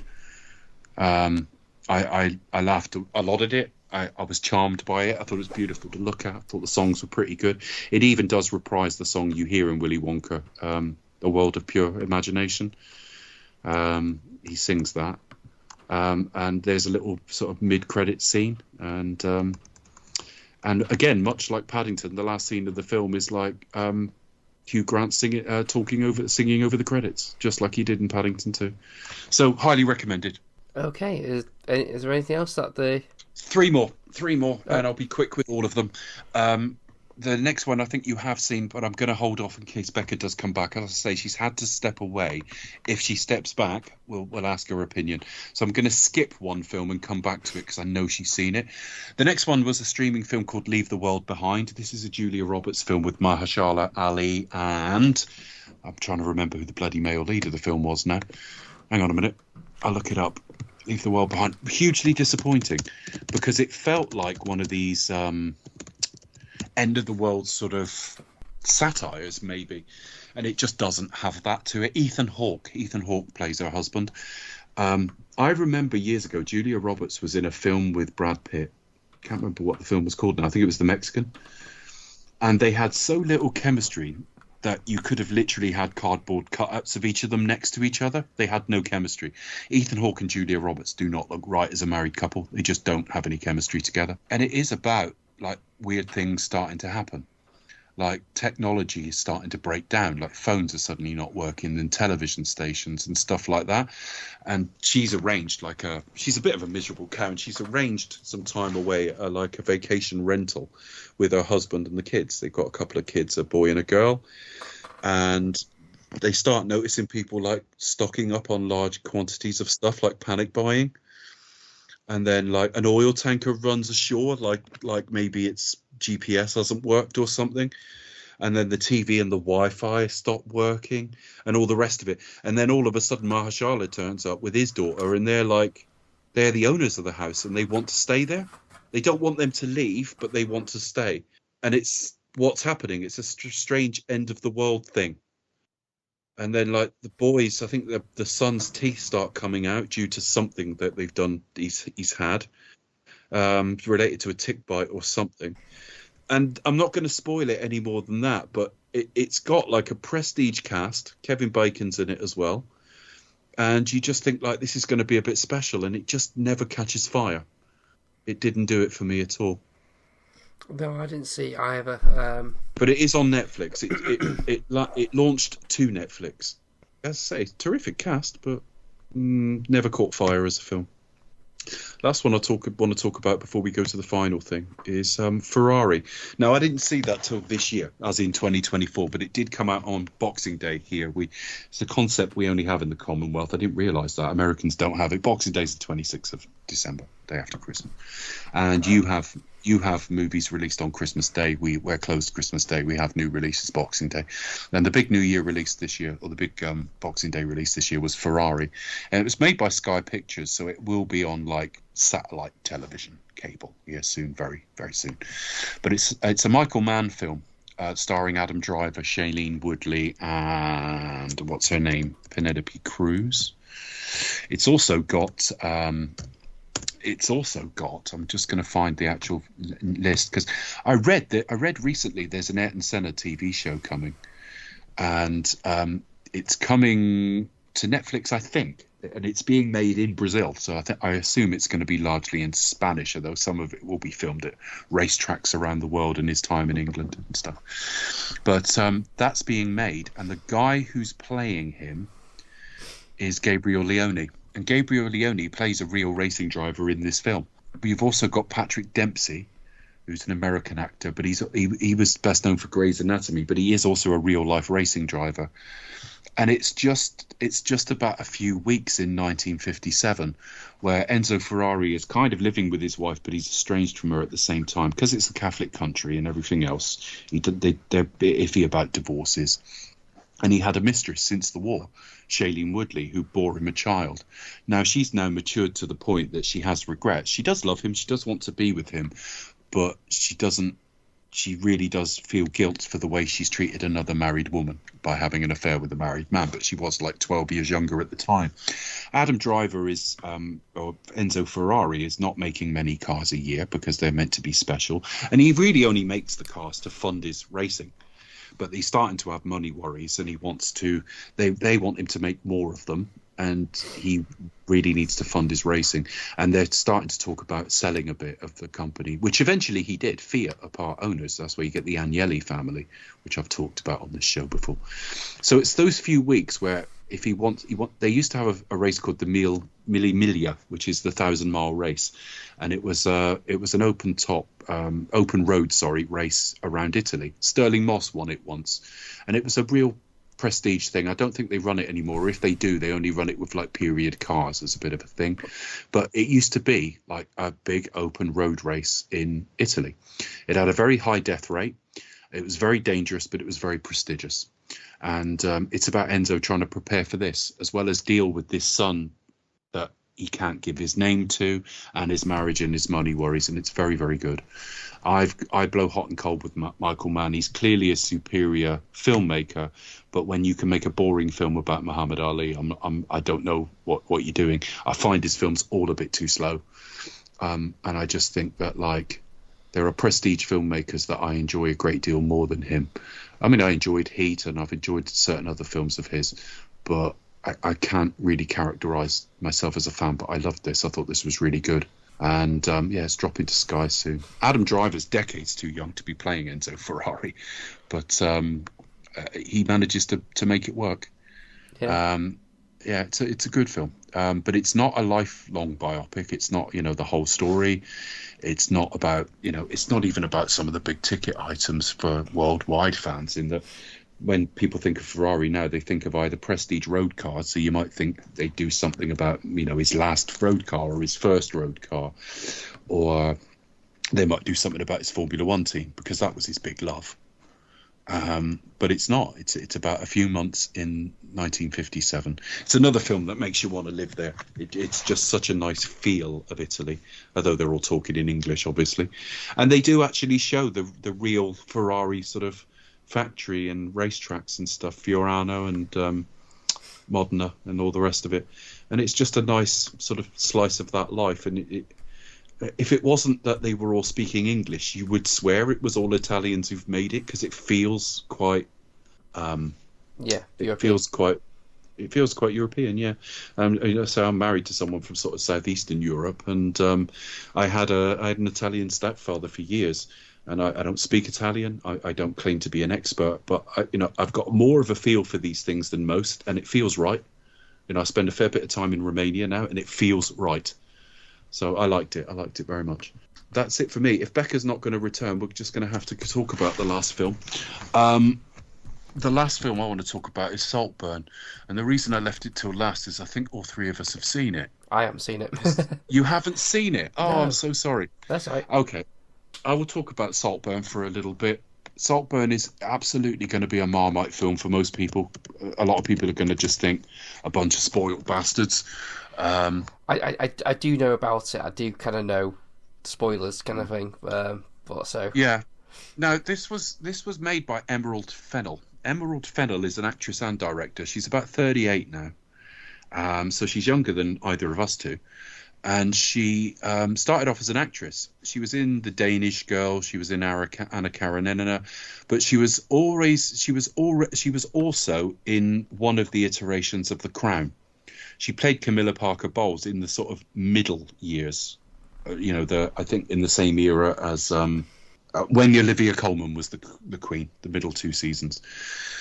Although she looks nothing like Camilla Parker Bowles, but she is quite distinctive to look at. You will know her if you've seen her in something, you'll remember her. And she was also in the same way that Phoebe Waller-Bridge was the showrunner for the first season of Killing Eve. She was the showrunner for the second season. So she's clearly got some talent. And then she went off. Then she went and did she went to do a film called Promising Young Woman, which I haven't seen, but I remember Kermode reviewing it. That's all I remember, and it's a Carey Mulligan film. And if you read up on the film, it does sound interesting. It really does. So she's a bit of a talent, to say the least. And she's got people putting their money where their mouth is. Margot Robbie produced Promising Young Woman. Alison Brie turned up to be in it. Some somewhat names, Clancy Brown, Jennifer Coolidge, Laverne Cox. And it just sounds really good. So now she's come to do Saltburn, and I assumed, and I think I assumed correctly that she's Oxbridge. This feels like Oxbridge product, yeah, and so she's very comfortable around the sort of wealthy. Welcome back, Becca. We're discussing our final film of the evening, Saltburn. Yeah, I loved it. Yeah, so it's very much about. So what you've got what's he called? Barry. Barry Keoghan. Barry Keoghan, who you'll have seen him in Banshees of Inisherin. He also had a very small role at the end of The Batman as what appears to be the Joker, and he was also in The Eternals. And he's quite an offbeat looking guy, and he's actually from Northern Ireland, I believe. But he's playing. Didn't he win the BAFTA, or he was nominated for a BAFTA? Oh no, he's from Dublin. Sorry, he's from the south of Ireland. I should be able to tell that in his accent. But having said that, he's not using his accent in this film. He's he was also in Dunkirk, but in this film he's playing a Scouser, or he's from just outside Liverpool. I can't remember where now. It's somewhere I'd know. I can't remember where it was now. And he says he turns up at Oxford, and his parents his dad was a drunk, and his parents are dead, or something like that. And he starts off with like one friend, but then he gets this. He starts looking at this other guy. He's called Oliver, and he sees this guy called Felix, and he sort of low key falls in love with him. His sexuality is all over the place anyway, but he seems to fall in love with this guy, even though he's into women. And so he does something nice for them one day, starts hanging around with them, and then they're invited to their family home, Saltburn, which is kind of like a National Trust house, really. Huge place. And he's going to spend the summer there. And it's just about the absolute hand grenade he throws into these people's lives, because he's not quite as he seems. And I don't really want to spoil it any more than that. Just watch it. It's on Amazon Prime. Do check it out. For me, it's one of the films of the year, but I appreciate it is a Marmite movie. Mark Kermode did a fantastic review where basically you imagine that they're all vampires. It's kind of like almost like a Twilight-esque, but a lot better. Basically, it's kind of like Ripley, but as if they're all vampires. Like for me, think Ripley when you think of Oliver. It is very much Ripley and his pursuit of Dickie, for example. Yeah, incidentally, there's not a as an Ripley alien, series coming out on Netflix soon in April. Not that Ripley, no. No, not Ellen Ripley. No. As in talented Wanders Mr. around Ripley. in knickers with a cat. No. Go get away from her, you bitch.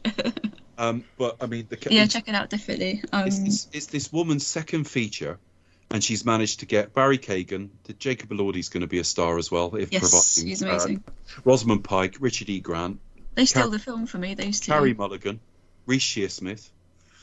So this is a very special filmmaker, and I don't think everybody's going to love everything she does, but she will have a distinctive voice. Wasn't Emerald Fennell? Was she in The Crown as well? I'm pretty sure she. Yeah, she you won't hear. She was the middle two series as Camilla. Yeah, she played Camilla. That was. She was later. Camilla was later. Camilla's not a looker in real life, but she was played by her, and then she was later played by Olivia Williams, who is a good. And now she's the Queen. And now she's the Queen. Well, Olivia Williams isn't, but yeah. But this is just Emerald Fennell is a Queen. This is just this guy trying desperately to fit in somewhere that isn't really him. And how honest has he been about himself? It's full of like twists and turns, isn't it? It's quite Prescott. He's from the character's family, so he's talking with like a very soft Merseyside accent. So I say Knowsley, that is. It's very adult. There are 2 or 3 scenes in the film. Yeah, there are some really shocking scenes. None of them particularly unsettled me, but I know they might. Some people, and it's just about obsession. The bathtub and thing sounds a bit much. It was. I won't give away whose or what, but there's a scene at a grave. Was the only one I thought was a bit. There's a couple. There's that, and there's a bathtub scene as well, which is quite shocking. See, that didn't seem like that shocking. I mean, that sounds bad. That's that doesn't sound like a thing you normally hear. That does sound like shocking. The couple of screenings that I went to, you had families go to see this film, and there were audible gasps like, "Oh, shopping take a breath." But the bathtub stuff that felt a bit. Oh, really? Yeah, that was. I mean, the grave scene was shocking, but the bathtub one was a little bit like. You know what sort of family it is. I mean, it's Felix and Venetia and Elspeth. Very upper class. It is very. There'll be lots of Ruperts in that sort of social class. It's very, but broadly, although they are quite hilariously out of touch. I mean, some of the things Mum said, his mum says, Rosamund Pike says about families and that, she doesn't know what she's talking about. She doesn't know how most some of the people best lines in the film. She's fantastic. But she's brilliant. But I'm saying the character doesn't know how ordinary. No, she doesn't at all. She doesn't have a clue. It's all a bit of a game to her, but they're actually quite good-hearted people. It's like her drunk friend. She just ridicules all the way through. There isn't a point of view. This film doesn't really have a point of view on class, particularly. But I kind of argue that it does. But yeah, that's an interesting way. But yeah, definitely. It's a very Marmite movie for sure. But I loved it. And that's 2024. We've just talked about Ferrari and a couple of other things while you were away, Becca. Yeah, no, that's right. Yeah, sorry about that. I do apologise. That's okay. I'll add a few more that I have actually seen. I know I've seen. So, Exorcist the Believer or the Exorcist Believer. Anyone seen that? Was it as bad as they say? No. What is it? Now I know it's an Exorcist film, but what is it? Is it set amongst the rest of them? It's made by the same guy who did, or the same team who did the new Halloween films. So it's this kind of like the same premise. It's like a follow-on from the original Exorcist. David Gordon Green. Yes. And the premise is completely new, separate, different characters. Although what's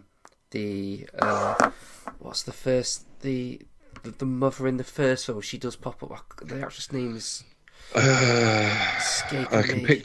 I can picture her. Ellen Burstyn. Yes. she apart from someone else who pops up at the end, but she's the only sort of main one. And this time, basically, it's two girls who go off wandering in the woods. One's trying to reconnect with her mother who's lost, who died at birth, as she was born. And they both come back possessed, and they're both kind of like, but basically it's like a dual possession, kind of like by the same entity. What I'd say is that probably the graves of William Frequent and William Peter Blatty are probably spinning even now. It's a film made by someone who looks like they've not even seen The Exorcist or even knows what it's about. It doesn't make any sense on any level. There's characters who come and go. There has this whole idea of trying to bring all like these people of different religions, but then there isn't that many religions they bring up. It's all a bit wishy-washy, and none of it kind of works anyway. There's a priest character who tries to do something, but then is told no by the Vatican, and then decides to come in anyway, and at like a pivotal moment, and then just gets killed. So it's like, well, this is just fucking redundant. Like, what's the fucking point? Right. It's crap. It really is. I've generally thought, like, wow, you really just do not get it at all. So that's that. I nearly saw it as well. I nearly saw it. I mean, I think the timings didn't work out for me or something. Don't be wrong. See it. You might have a different opinion. I mean, I saw Kermode hated it because he's a big fan of The Exorcist, and that's like one of his favourite films. And he absolutely. I've never quite got his hard on for The Exorcist, to be honest with you, but no. But as I say, that it was just. I mean, that's what his doctorate was on. Yeah, I know. But The Exorcist. I mean, the fact we think of it, and it is an accomplished film. I thought it was fucking hilarious. But there's like, but when you think about like the film in itself, it just doesn't like. What the fuck is this? It's really perfunctory. I mean, Tell us how you really feel, Chris. Well, I mean, I know. It's not consistent with the original film either. So there's that. Apparently going to make another 2 more, which I can't see happening now. But I don't know what it did. I can't be bothered to look either. But yeah, I don't think it didn't stick around very long. No, it didn't. But another horror film which was a kind of pleasant surprise was actually Thanksgiving. That was. Oh, I didn't see that. I wanted to see it. Is it good? This is the. For those who don't know, this was Eli Roth, and it was an extension of the trailer. The Grindhouse trailers. Yeah. Now, the way he described it, which I think kind of makes sense, was the film he made isn't like, oh, we'll just do the Grindhouse trailer that I did, but as a feature length. But he kind of said, right, well, it's now set in modern day, but because. Yeah.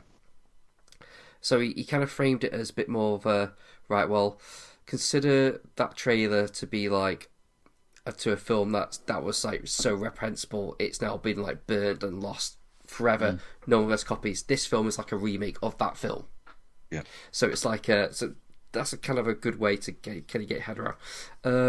It kind of works out as a decent kind of slasher, a little bit satirical with the Thanksgiving elements, goes a bit heavy on the gore. It's got good reviews. You don't normally get that with Eli Roth. No, and it's not like a work of genius or anything. Don't get me wrong, it's not mind blowing, but it's just when you just watch like a decent enough slasher that just does. It has decent enough characters. It has a bit of sense of humour. Has enough gore, few action sequences. I think feel a bit shortchanged at the end with the body count, but that's me. But generally speaking, it was actually pleasantly surprising. But yeah, those are the main ones that I can really want to highlight the major films, that were We had a new Scream movie as well, didn't we? Yeah, I haven't seen any. I haven't seen any since the fourth entry. So. Yeah, I think I talked about that last. You did. You mentioned that last time. And it's that was an insult as well. Yeah. That it just had no balls at all. Like it just completely just. I think because they moved it away from like the main, like they took it outside of the Woodsboro kind of setting as well, didn't they? Which is fine. I mean, that was one of the good things about it, but there was just like no tension. Well, things that the sex sequences in it are actually quite good, but the sex sequences, the set pieces. Oh right, I was going to ask. Sorry, sex sequences. What film did you watch? It's late. I've got a cold. Right. Oh, it's all right. I bet you. That's fine. But you said it's so matter of fact, like the shagging's good though. You know, it's X-rated. It's got a good. Yeah. The actual set piece itself. But it's one of those films where when you stop to think about any of it, you think, hang on, that doesn't make sense. That's a bit stupid.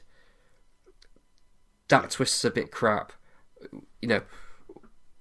That doesn't make sense for that character. Okay, and there's what's annoying about it is it has moments of like, oh, so kind of spoiler because it happens at the beginning.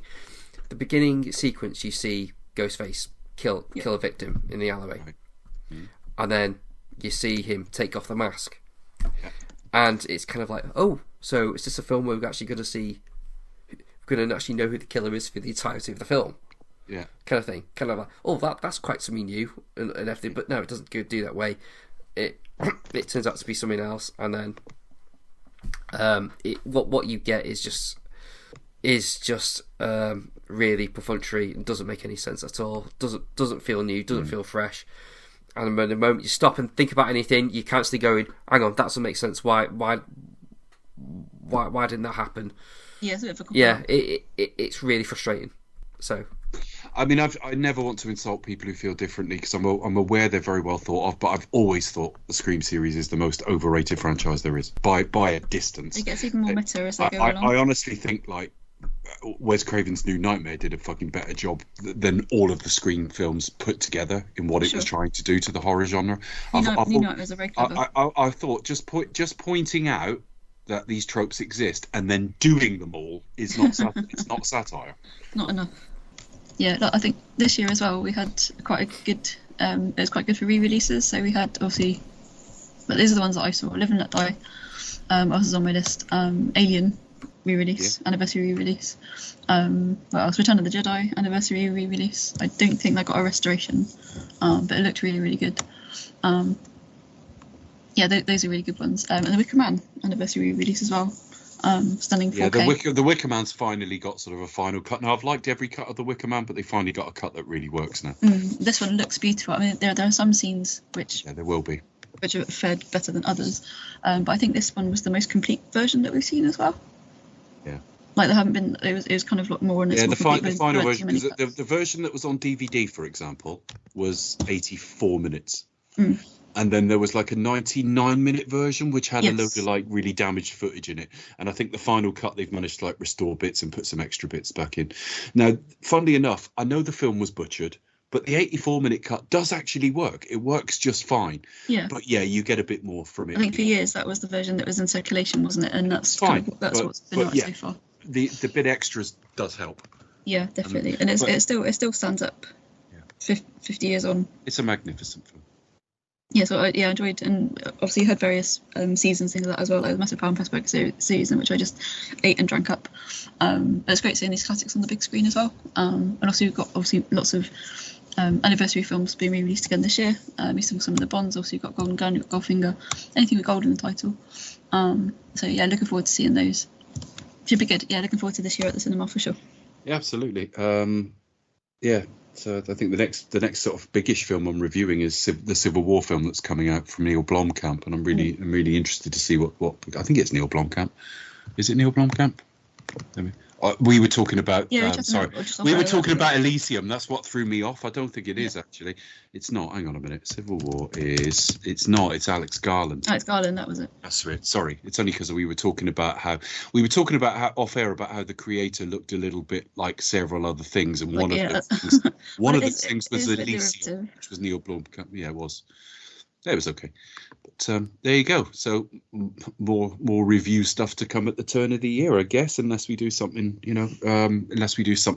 some way in the year, we'll see what we do. Hopefully, we'll try to be on time with it this year as well. So apologies for the epic delay.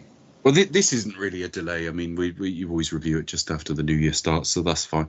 But we are moving on next to Alfred Hitchcock, and that'll be, well, hopefully really soon, because I think we've all got the bit between our teeth a bit again now, so we should be, we've done 2 shows in about 10 days, so if we can keep that sort of schedule up, it'd be great. If we could do weekly, we would, but we can't always do it. Anyway, social media, you can find me at the Pasty Kid 1976 on Twitter. You can find me at Cinematronics on Twitter. You can find all the shows on Podbean.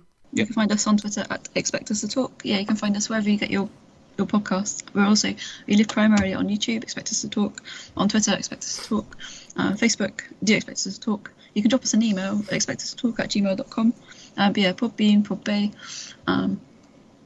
Apple Podcast, Apple Music, whatever it's called these days. Wherever you get your podcasts, you'll find us. So let's sign off then. I've just say good night, and we'll see you for Alfred Hitchcock. Good night, folks. Good night. Good night.